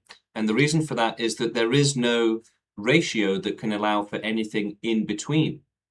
So, if you say, well, one happy life for, one bad life, or 10 happy lives for one bad life, that's a good deal. It's completely arbitrary. There's absolutely nothing that goes into actually determining that ratio of how many bad lives for how many good lives. And effectively, if you do say, maybe some suffering is okay, then you'll end up just justifying more and more and more. So if you say one bad life for 10,000 good lives, then how many bad lives will you start to accept? What if it's 2, 3, 4, 5? And it will just keep going up, right? Because if you are willing to accept 1, you will be willing to accept 2, and you will be willing to accept 3, and it will keep going up. Because you can't draw a line. Do you really think that there's no point where someone might draw a line, though? Oh yeah, Like, absolutely, say- absolutely. But in order to, enforce ethics properly, you can't just draw a random line. You have to have a zero tolerance policy. But yeah, people will draw a line, and people would say, yeah, 1 for It sort of 10,000, sounds go like for all or it. nothing thinking, but But the thing it is, sounds like all or nothing thinking, but Probably. I don't think it actually is. But go ahead. Yeah, I was just going to say that, for most people would say 1 bad life for 10,000 good lives is a fantastic deal, right? They would say, of course we should do that. Mhm. But they are just completely ignoring the suffering that person will go through.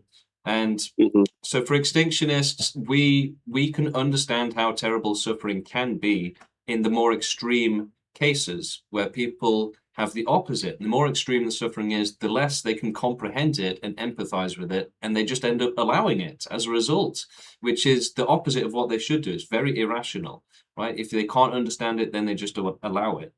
But that's the result of what evolution has done. It's made them incapable of valuing suffering correctly and to actively dismiss it, right? So they devalue it and actively dismiss it and actively support life and happiness no matter what, right? Even if it's just a tiny bit for an ocean of suffering. And part of that is because they cannot question life. So life existing is unquestionable for them. The irrationality cannot be broken, which means that life existing will therefore justify any amount of bad lives and suffering for people. And that's why it's irrational, because they will justify any amount of suffering for any amount of life, right? So a tiny bit of life for an ocean of suffering, they would do it because they cannot accept a position where life is a bad thing, basically. Yeah. No, and that's definitely, your brain is going to do a lot of different things to try and avoid that. It's a combination of self-preservation and blissful ignorance. Yeah. What do you think about the notion or the idea of, I already kind of asked you this before, of like a future scenarios where, like way distant future scenarios where societies could potentially be entirely different. Life could function differently. I mean, life combined with technology, cyborgs practically, where you could potentially program your thinking, program your brain, program your experiences, program practically everything. We're hardly even human anymore at that point, right? We're just blended into something different. I know it sounds all very sci-fi, but we support. I mean, who knows if that's possible, right? While we're doing animal extinction and stuff, we support improving human conditions in the meantime. So we should try and cure more diseases and etc. And work towards being cyborgs or whatever to improve conditions until we no longer need humanity. But the thing is that there's no conditions that you can, it's still always going to be impossible to make life safe. So no matter how there's no guarantee, basically, is what you're saying. Yeah, there's no certainty of safety. That's the important thing. And so, but you can definitely minimize. Yeah, you can. But again, you're still going to have victims. If you're still going to have victims. It's still a dynamic of saying, well, if somebody suffers horrifically for a very long time, it's acceptable. That's just a collateral damage, basically. So our mentality is the exact opposite. We should have maximum prevention of suffering and collateral damages, basically. We should have basically, just zero value for happiness when effectively all it does is cause harm, right? And maximum value for safety, right? Prevention. So like, think of it this way. If you were in hell, okay, and everyone is being tortured, right? What is more important? More safety or more pleasure, right? So it would be completely evil to just ignore all of the children screaming in hell and start selling ice cream or something to the few lucky ones that aren't suffering. Do you get what I'm saying, right? So it's ignoring the victims. It's just allowing them to suffer. And so people do this because when they are thinking about the existence of and concept of suffering, they can kind of just about understand it, but they cannot value it properly. They cannot appreciate how horrifically extreme and terrible it can really be. Whereas extinctionists can. Well, one reason we've talked about reasons why that is. It's obviously because nature's made them that way. But I mean, it's also just a certain degree of selfishness rather than just ignorance. I mean, there's people who just don't. There's people who would just look at that one person suffering and then think about, a bunch of other people having a good life and think, well, it's just their value system, their morality, how they view it, it just doesn't add up to them. And they would strongly disagree with you. Yeah, but people essentially completely allow their personal bias to affect what they believe is right and wrong, essentially. So that's another problem. So they're not coming at this from a mentality of a caretaker or trying to decide what is right and wrong. It's just, well, I don't like the sound of that, basically. It really is nothing. There's no comprehensive argument against extinction, basically. It's just like excuses and emotions, really. Well, I always try to play devil's advocate in my mind because I find that even if I agree with something, I better understand something when I sort of challenge the ideas. So I'm trying to think of what they would say in response to that. You're definitely going to find a lot of people who believe that there's rational arguments against extinctionism. But like what though? I'm trying to think of them, especially because for most people, it just comes down to like, well, the reality is that for most people that will come out with a reason, right? I do believe that it's not like an actual reason they have in their head. They're summoning a reason, right? They need a reason. It's like, okay, let me think of a reason, basically. And so because most people have never asked it. Yeah, and so a lot of them will just say, well, what about my consent? What about my choice? That's the first reasonable question that they can ask. It's not something that they really actually believe in. It's just the only reasonable question they can ask. And so that's how most of my debates end up going, is where the first question or the first few questions will be reasonable. Like, well, what about if I want to live? And it's like, yeah, well, that's a fair question to ask. Now, it is, the answer is going to be no, but it's still fair to ask. But what they will ask or say or answer with as the debate goes on will get more and more irrational, more desperate, basically. So essentially, when they say, what about my consent, as the first question, that's like kind of one of their best defenses, their best arguments against extinction. And so after you've debunked that, it will get really desperate and more desperate. And the more rational you make the argument, the more irrational they will have to be, until they will just start saying completely insane things, because you're essentially putting your pressure on the irrationality machine, and you're forcing it to be irrational, right? It's either be very irrational or accept that life is bad. And so it will get desperate and produce even crazier irrationality, to where it will say things that are just completely insane. And people will say, like, well, extinction would cause more suffering than it prevents, even for wild animals, which is just like, there's just no way. Like, if you actually think about it properly, it's just completely impossible. Like, completely. It doesn't make any sense. It's like a grain of sand being bigger than the entire beach. And so I've argued this with people in detail, where it's like, come on, 30 seconds of going to sleep versus billions of years of being eaten alive. Which do you think has more suffering? And they'll say, the 30 seconds. And it's like, well, then you're irrational, obviously. Well, that point you just said of that grain of sand being bigger than the entire beach, that directly ties into what I was asking you earlier, of how would the existence of just even one little bit of suffering outweigh the joy of the entire beach, so to speak? And it seems to be your position is yes, it does outweigh it. So here's where it's really interesting. So to stress test that position, basically, or as I call it, logical extremism, right? But really it's just stress testing. So you would have to essentially say, well, what if there was infinite heaven for infinite individuals, for infinite time and infinite pleasure and good stuff? So just essentially the best thing that could ever possibly happen, other than extinction, which would be, just infinite individuals having an infinitely good time forever, right? So just, just infinite heaven, infinite good stuff. So would we give all of that up to prevent suffering? And the question, like I tried to explain, at first it's very difficult to understand how you could possibly ever agree to get rid of that heaven to prevent one case of suffering. It's like, well, that just cannot be right, surely. You know, you've got so much value, infinite value of the highest value, and that one type of suffering, you know, let's say one person with a bad life, it's going to be temporary versus literally infinite heaven. It's going to be, you know, this, and this. And the thing is that, like I said, yeah, maybe a lot of people would end up taking that trade and allowing them to suffer.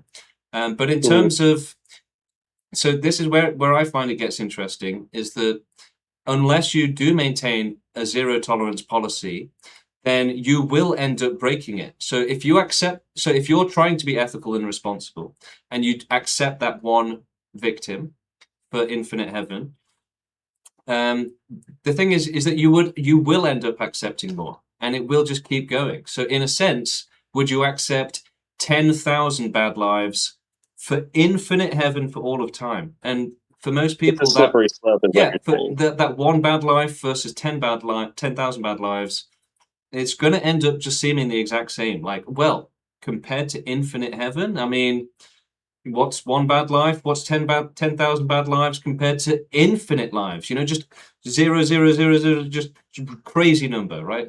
For all of time. But you will just keep going up. And so unless you have that zero tolerance policy, you will be forced to accept infinite suffering. And you could even go up to accept infinite hell alongside the infinite heaven, right? So the maximum price that you could pay, right? So you don't think that people well, I mean, people in this scenario, you don't think that when that suffering dynamic of it being much smaller versus the joy aspect, you don't think that once that equation sort of flipped, that people would by and large then feel differently about it, and that the pro-extinction movement would kind of gain a lot of supporters suddenly in that situation? Yeah, again, no, because unfortunately, if extreme suffering did somehow override that irrationality and produce extinction activists, then there'd be loads of activists. And not just for extinction, right? Throughout history, there would be many more activists, right? But unfortunately, the victims blame themselves. They also think that, you know, it's not their place to question the rest of the system. And again, for a lot of these people, irrationality itself is part of what limits their empathy. And so that is a big part of what limits empathy, is the rationality. So if you're religious and super spiritual, then you're just going to rationalize all of the bad things, right? And say, well, all of the suffering, you know, it's yin and yang, it's karma, it's this and that. So it would just be. Sorry, you go ahead. No, it's okay. I don't mean to interrupt. I'm just. You kind of just use the example of nature thus far, of what we've experienced thus far, kind of like we've done this experiment already, kind of like, and if that extreme suffering produced extinctionists, it would have already happened. But what about a different experiment? What about a new experiment, one that could potentially be created in the future, where suffering has already been, we've already created something where theoretically that suffering is mitigated to, you know, as much as scientifically possible, like just as much as even theoretically possible. In that situation, then, when people are more accustomed to a reality where suffering is so much more limited, a sudden advent of suffering might then cause people to sort of question and then become extinctionists, because the way we're thinking of things, and we can't really help ourselves, is we can only think of things as far as what we've experienced thus far, about what we've observed thus far with humanity and nature. But in the future, do we really know where it's going to go, or what we're going to evolve into, and what we can create that might be an entirely different scenario? Yeah, a lot of people ask this question and say, maybe something in the future will justify the suffering, basically, because we just, we're limited in our knowledge and experience. But the reality is that there's not actually anything other than just happiness and pleasure. There is nothing else beyond that. There's no like greater purpose than that. And if you want a greater purpose, then it should be ending all suffering or trying to run the world ethically, right? So you're either responsible and look after others, or you just want to be looked after, and that's it, really. Okay. But yeah, at the minute, those who want to be looked after and don't want to be responsible, don't want to do activism, they're going to be in that small-minded sort of mentality. And but to answer your question, I mean, could people become extinctionist in certain scenarios? Maybe, but they're still going to be irrational. That's the problem. And so that's really the only solution. It's not to make a better world where it encourages rationality. I mean, we need to do that as well. But we also need to specifically focus on rationality itself for humanity. This is the biggest problem. It's what's causing all of the problems in the world, all of the irresponsibility, all of the chaos and violence, sexism and racism. All of this is just irrationality. So if you've ever seen Star Trek, right, that's the sort of world that we should be working towards. A rational world where everyone is just, as I saw someone write on Reddit, unambiguously good, right? Everyone's a good person. You can walk down the street and you know that anyone you ask for help for anything is going to be a good person. So that is the world that we should work towards, right? A world where we have realized that our selfish needs are secondary to doing the right thing and helping the world. And so, yeah, one of the biggest differences is living for the world, right? Living to help the world as a subject of the world, almost, right? On the team of the world, if you will, instead of just for yourself. So live for the entire world, not just for yourself. And that means being connected to the morality of running the entire world, right? So like a government for the world, you should be loyal to it. And if it gives you a task to do or something, then it's going to be for the greater good, basically. So that's what we should be doing. And that's the conclusion of being responsible and wanting to do the best thing, to give up your time and do activism for the world. It is to if you didn't throw in the extinctionism as the logical conclusion of after all of that, a lot of people would probably say you're a communist. Have you ever gotten that? Yeah, a little bit every now and then. But I mean, look, we could advocate for a utopia or something, but it's just so. I mean, a lot of people say we should advocate for veganism and then do extinction. We should advocate for utopia and then do extinctionism. But any of these systems that you do before extinction, you're just going to have the same problem of then trying to deal with all of the irrationality, then arguing for extinction, going all of that. And we don't think it's going to be easier. But a lot of people suggest this all the time, where they say, no, people are not ready to accept extinction. We need some sort of transitional phase. But the difference is between being irrational and rational.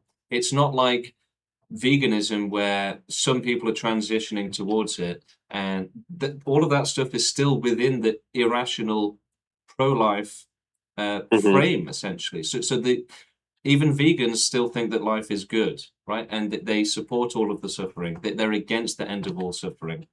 And this is really the crux of the gateway to human rationality, basically. Do you support extinction? Do you realize that life is a bad thing instead of just some amazing thing? Do you realize that the victims are suffering terribly? And again, I love to point out that over 99% of humanity proactively supports animal exploitation. If you suggest that should we work towards no animal exploitation, they'd be like, no, animals love being exploited, right? They like to suffer. They'll say so. That's over 99% of humanity is so irrational and so unempathetic that they don't even care about animal agriculture. Most extinctionists, veganism was like a step on the way to extinction. It was like, oh yeah, obviously I should do that to be a good person. Obviously I should do that. And then we just like, oh wow, this is the actual good thing to do, basically. And ironically, veganism and antinatalism both cause more suffering at the minute.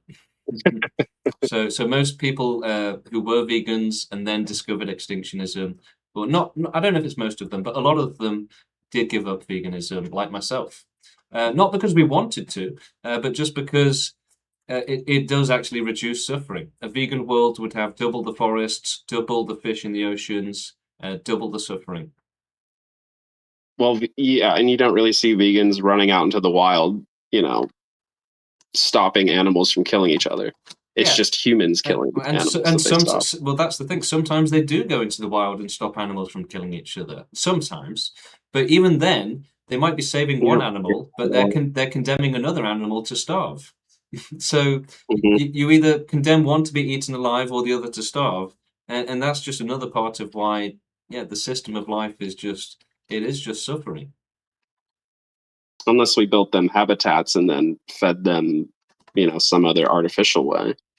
But even if you did that, they could still get diseases, chronic pain, and it could still go wrong. So even if you have a perfect world with no suffering, it could still go infinitely wrong. So extinctionist would be considering the potential victims, right? It's as simple as if it's not fully safe for life to exist, then it can still go infinitely wrong in infinite different ways. And people think, we reduce suffering and, we have a utopia, and can it really go that badly wrong?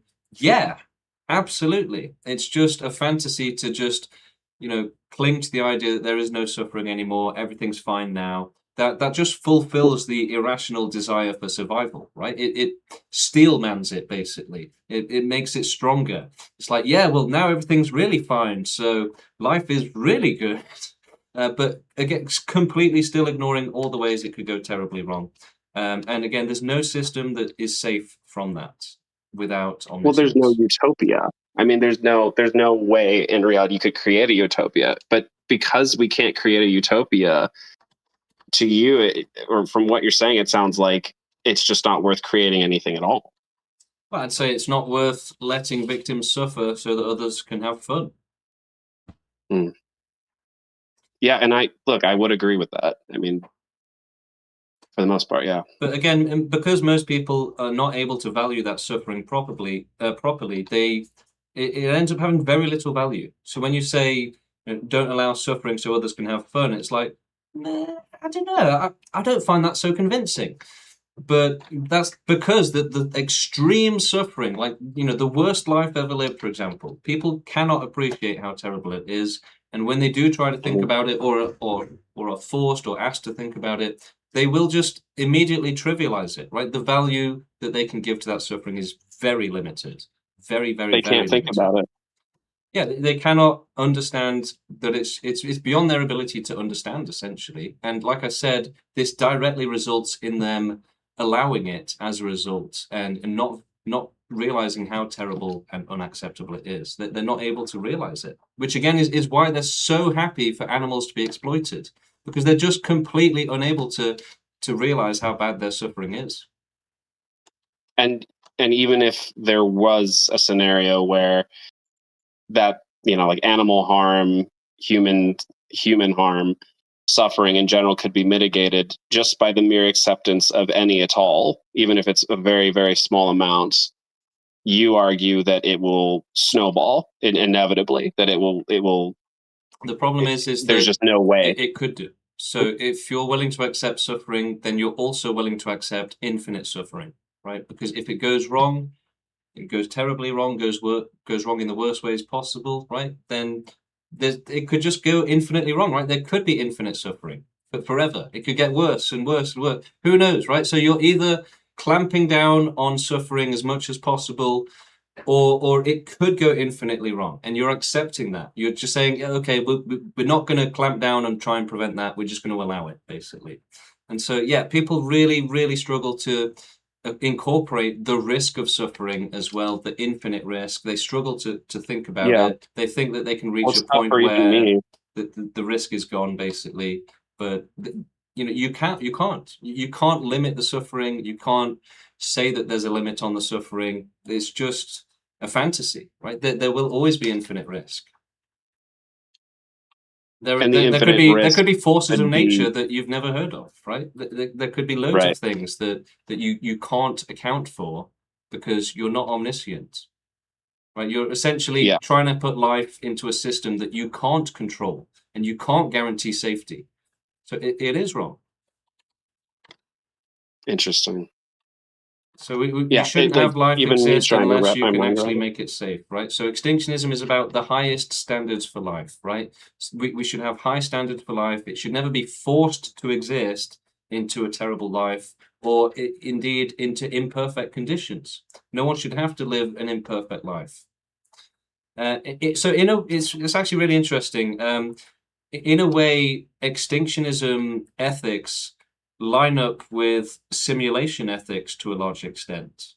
In that, if everyone was in some sort of heaven and some sort of simulation, then yeah, everybody would have the right to a perfect life with no suffering, no terrible suffering, no chance of things going wrong, no chance of, and even in a simulation or a heaven, effectively you would have to know for certain that you were going to have a good life. So it would already have to be determined. Because if there's a chance that, if it's not determined and there's a chance that you could have a bad life, right, that you could make wrong decisions, then yeah, you could end up suffering horrifically. It wouldn't be any sort of heaven. So even in a heaven, it would have to be completely determined. It would have to be a certainty and a guarantee of a good life and safety. So that's the only standard that we would accept for life. Because anything else is just infinite danger, infinite potential of suffering. The unlucky ones will pay the ultimate price. Can you explain to me how that infinite risk works? It seems like an obvious question, but Well, if you can't control the world, then the world will control you potentially, right? If you can't provide safety from suffering, then the world will enforce suffering. It will make you suffer. So, for example, if we have this low standard of safety and we don't care about certainty of safety, people could go into some sort of simulation that seems safe. There's never been any trouble, but there's still no certainty of safety. And then it goes wrong. And people get tortured for millions or billions of years because they're trapped in this simulation being tortured because they didn't care if it was safe or not. or even just life as it has existed on Earth, where you've had millions of years of creatures basically just existing to be eaten alive by other creatures. Yeah. To then produce us, where we have this small, and even us, it's tough for a lot of us to not be suffering. Yeah. Yeah. So people will always have, this will always be a dynamic and a conversation of surely we can preserve life somehow. And here's the good news for people that want life to be preserved, is that extinctionism actually does technically not fully rule out this possibility. So we do, if it is going to be possible in the future, then extinctionism might allow for it.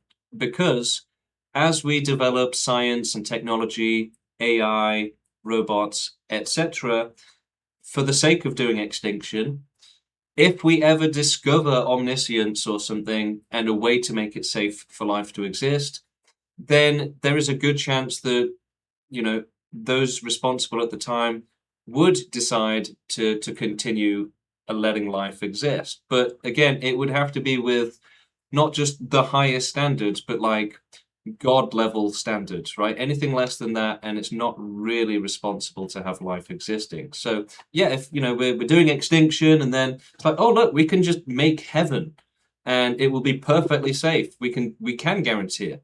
Then I can't guarantee that we're just going to just do it like that. It would probably have to be thought through and some ethics and everything, But yeah, we might do it. So it could happen Have in the you future. ever played the game Soma? Say again? Have you ever played the game Soma? No. It's a survival horror game, and you would love it because it plays right into what we're talking about. Without spoiling too much, well, it's really hard to talk about without spoiling it, but it plays with the idea of creating a heaven basically at the end of it, and you have a lot of choice in what you're going to do. Yeah, it's almost impossible to talk about without spoiling it. But if you do like to play games, you should definitely play that game. Cool. And anyone else listening, it's amazing. Yeah, maybe I'll check a playthrough. Yeah, there you go. Cool. Anyways, it's been a good talk. I appreciate you answering all my questions and talking with me, man. Yeah, thanks for coming up, Cornelica. And yeah, feel free to have conversations in the future if you feel like it. I'm going to sit on another voice channel now, and again, wait for anybody else that is interested in joining. So feel free to jump into the Discord. The link is right there, and you'll join straight on to the server, and we can move you into a voice channel, get you live on air. So again, my name is James. I'm an activist in the pro-extinction movement. Nice to meet you. We are activists against the existence of suffering and bad lives. So throughout history, there's been lots of causes of suffering, like slavery caused suffering, racism has caused suffering, sexism has caused suffering. But the ultimate cause has always been life itself existing, right? Being born into a world where you didn't ask to be born, and then you suffer terribly, horrifically through an entire life of pure pain if you're really unlucky, right? And so that is going on, and we have to stop it.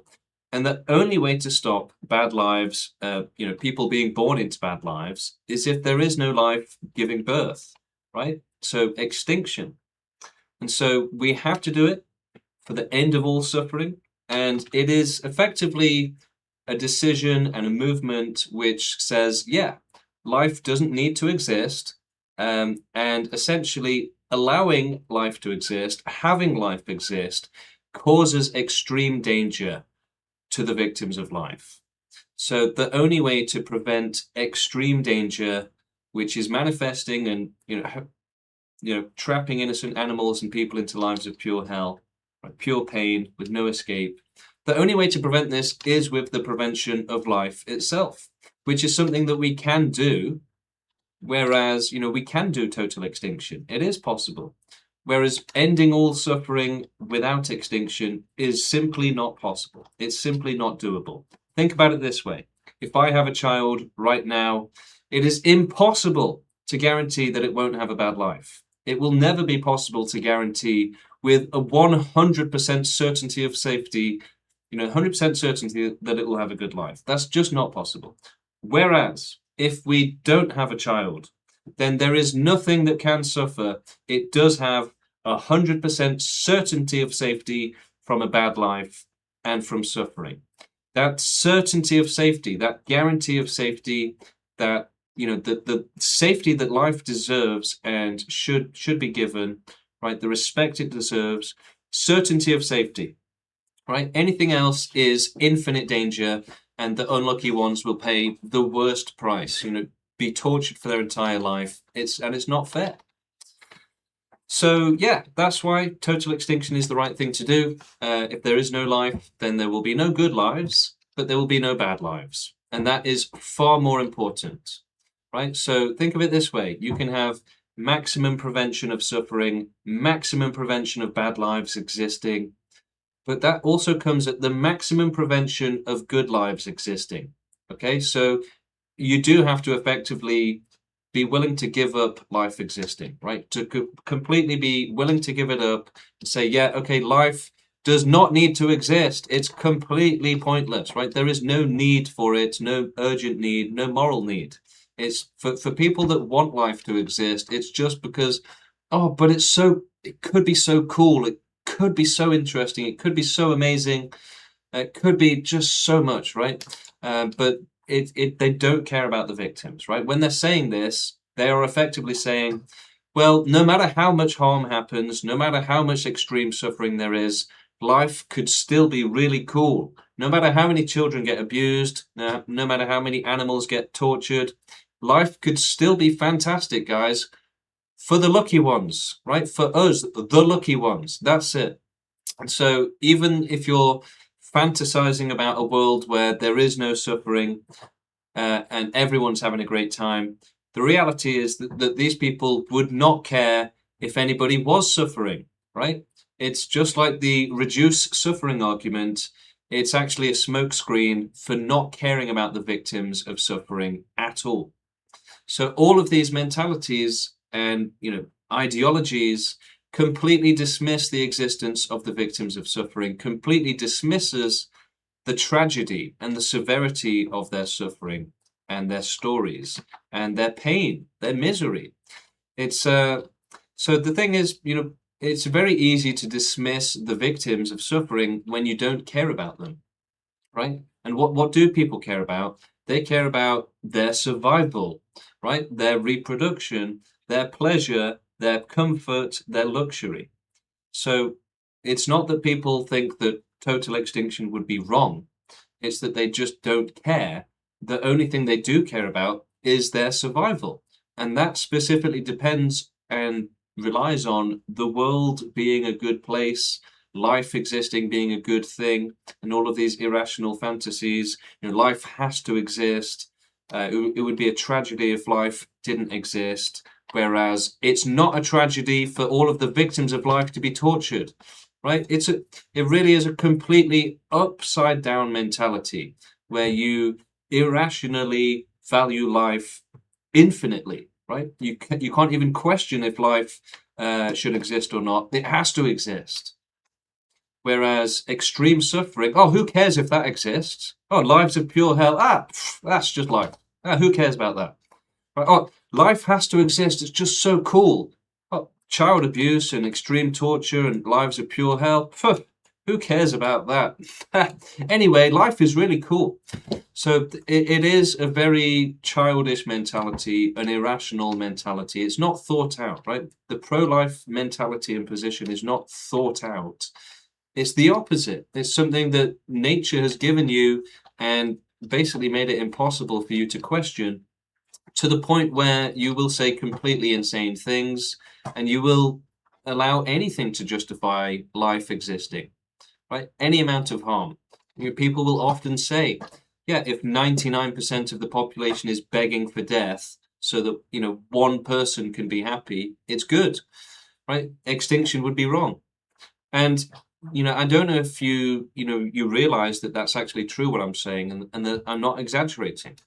Because when I'm pointing out the pro-life positions and principles, basically, they're so ridiculously monstrous and irrational and just outrageous that people often just end up, just not believing anything I'm saying. And I also struggle with that myself when I'm saying it.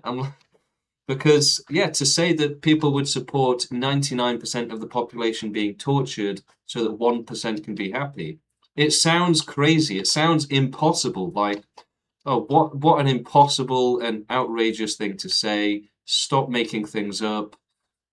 And I wish I was making all of this up, right? I wish I was making up the fact that people were happy for children to be abused and for animals to be abused, for people to be tortured for their entire life, just so that they can survive and have fun at their expense. I wish I was making that up. And it does sound like a completely impossible world that I'm describing, where people just don't care about anyone else suffering and are just selfish monsters. And there is horrific torture going on all around the world that shouldn't be, and that life shouldn't exist when it's in such dangerous conditions, and only the lucky ones benefit. The unlucky ones get tortured, they get tragedies, they get extreme suffering, they get, basically oppressed, exploited by the lucky ones.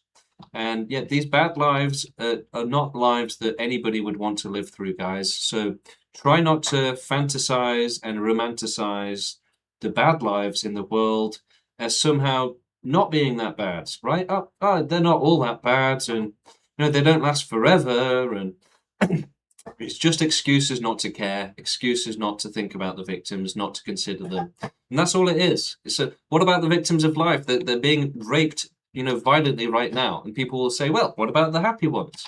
And that's it. There's nothing you could ever say, no amount of cruelty or, the worst life ever lived, for example. And people will still say, well, as long as there's one happy life somewhere. So why are people doing this insanity? It's because they have no choice. They have evolved to worship survival and reproduction like they worship Jesus, right? It's just completely insane, you know, completely loyal, completely irrational, completely biased towards life existing. What about all the people that get in motor vehicle accidents? Why don't you care? I do care. I mean, you're a terrible person for saying that, right? Again, this guy in the chat is comparing children being abused to motor vehicles. Again, just demonstrating that the level of disrespect that people have for the victims of our world. All right, so yeah, it's been a good stream, guys. Thanks for joining us. And yeah, join me tomorrow as we continue streaming. If you have any questions or would like a debate, then feel free to join the Discord and we'll get you in. And we can hear you out live on air. And if you also want to debate later or tomorrow, then you can still join the Discord here. If you're a fan of the community, if you want to ask more questions or support the channel, you can also join the Discord. And if you want to learn more about extinctionism and the pro-extinction movement, then you should check out our website, proextinction.com, read our manifesto, read our FAQ, and learn about how extreme suffering is unacceptable, bad lives, lives of pure hell are unacceptable, and extinction is the only solution. So you can read about our intelligent and rational plan and thinking and principles on all of this, right? Read about all of it on the website. And we also have our WhatsApp group and our main Discord for activists on the website. So you can join both of those. You can join the WhatsApp, you can join the Discord and become an activist, start making videos to grow the movement and work towards making total extinction possible so that we can work towards a world with no life ever again and no suffering ever again. So join us today. And again, thank you for joining me, everyone. And if you have any questions, you can ask me directly through the Discord, or you can set up a future debate with me, anything that you'd like. So thank you, guys, and we'll see you tomorrow.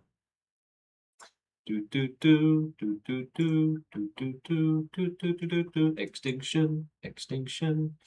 Turning off the stream now.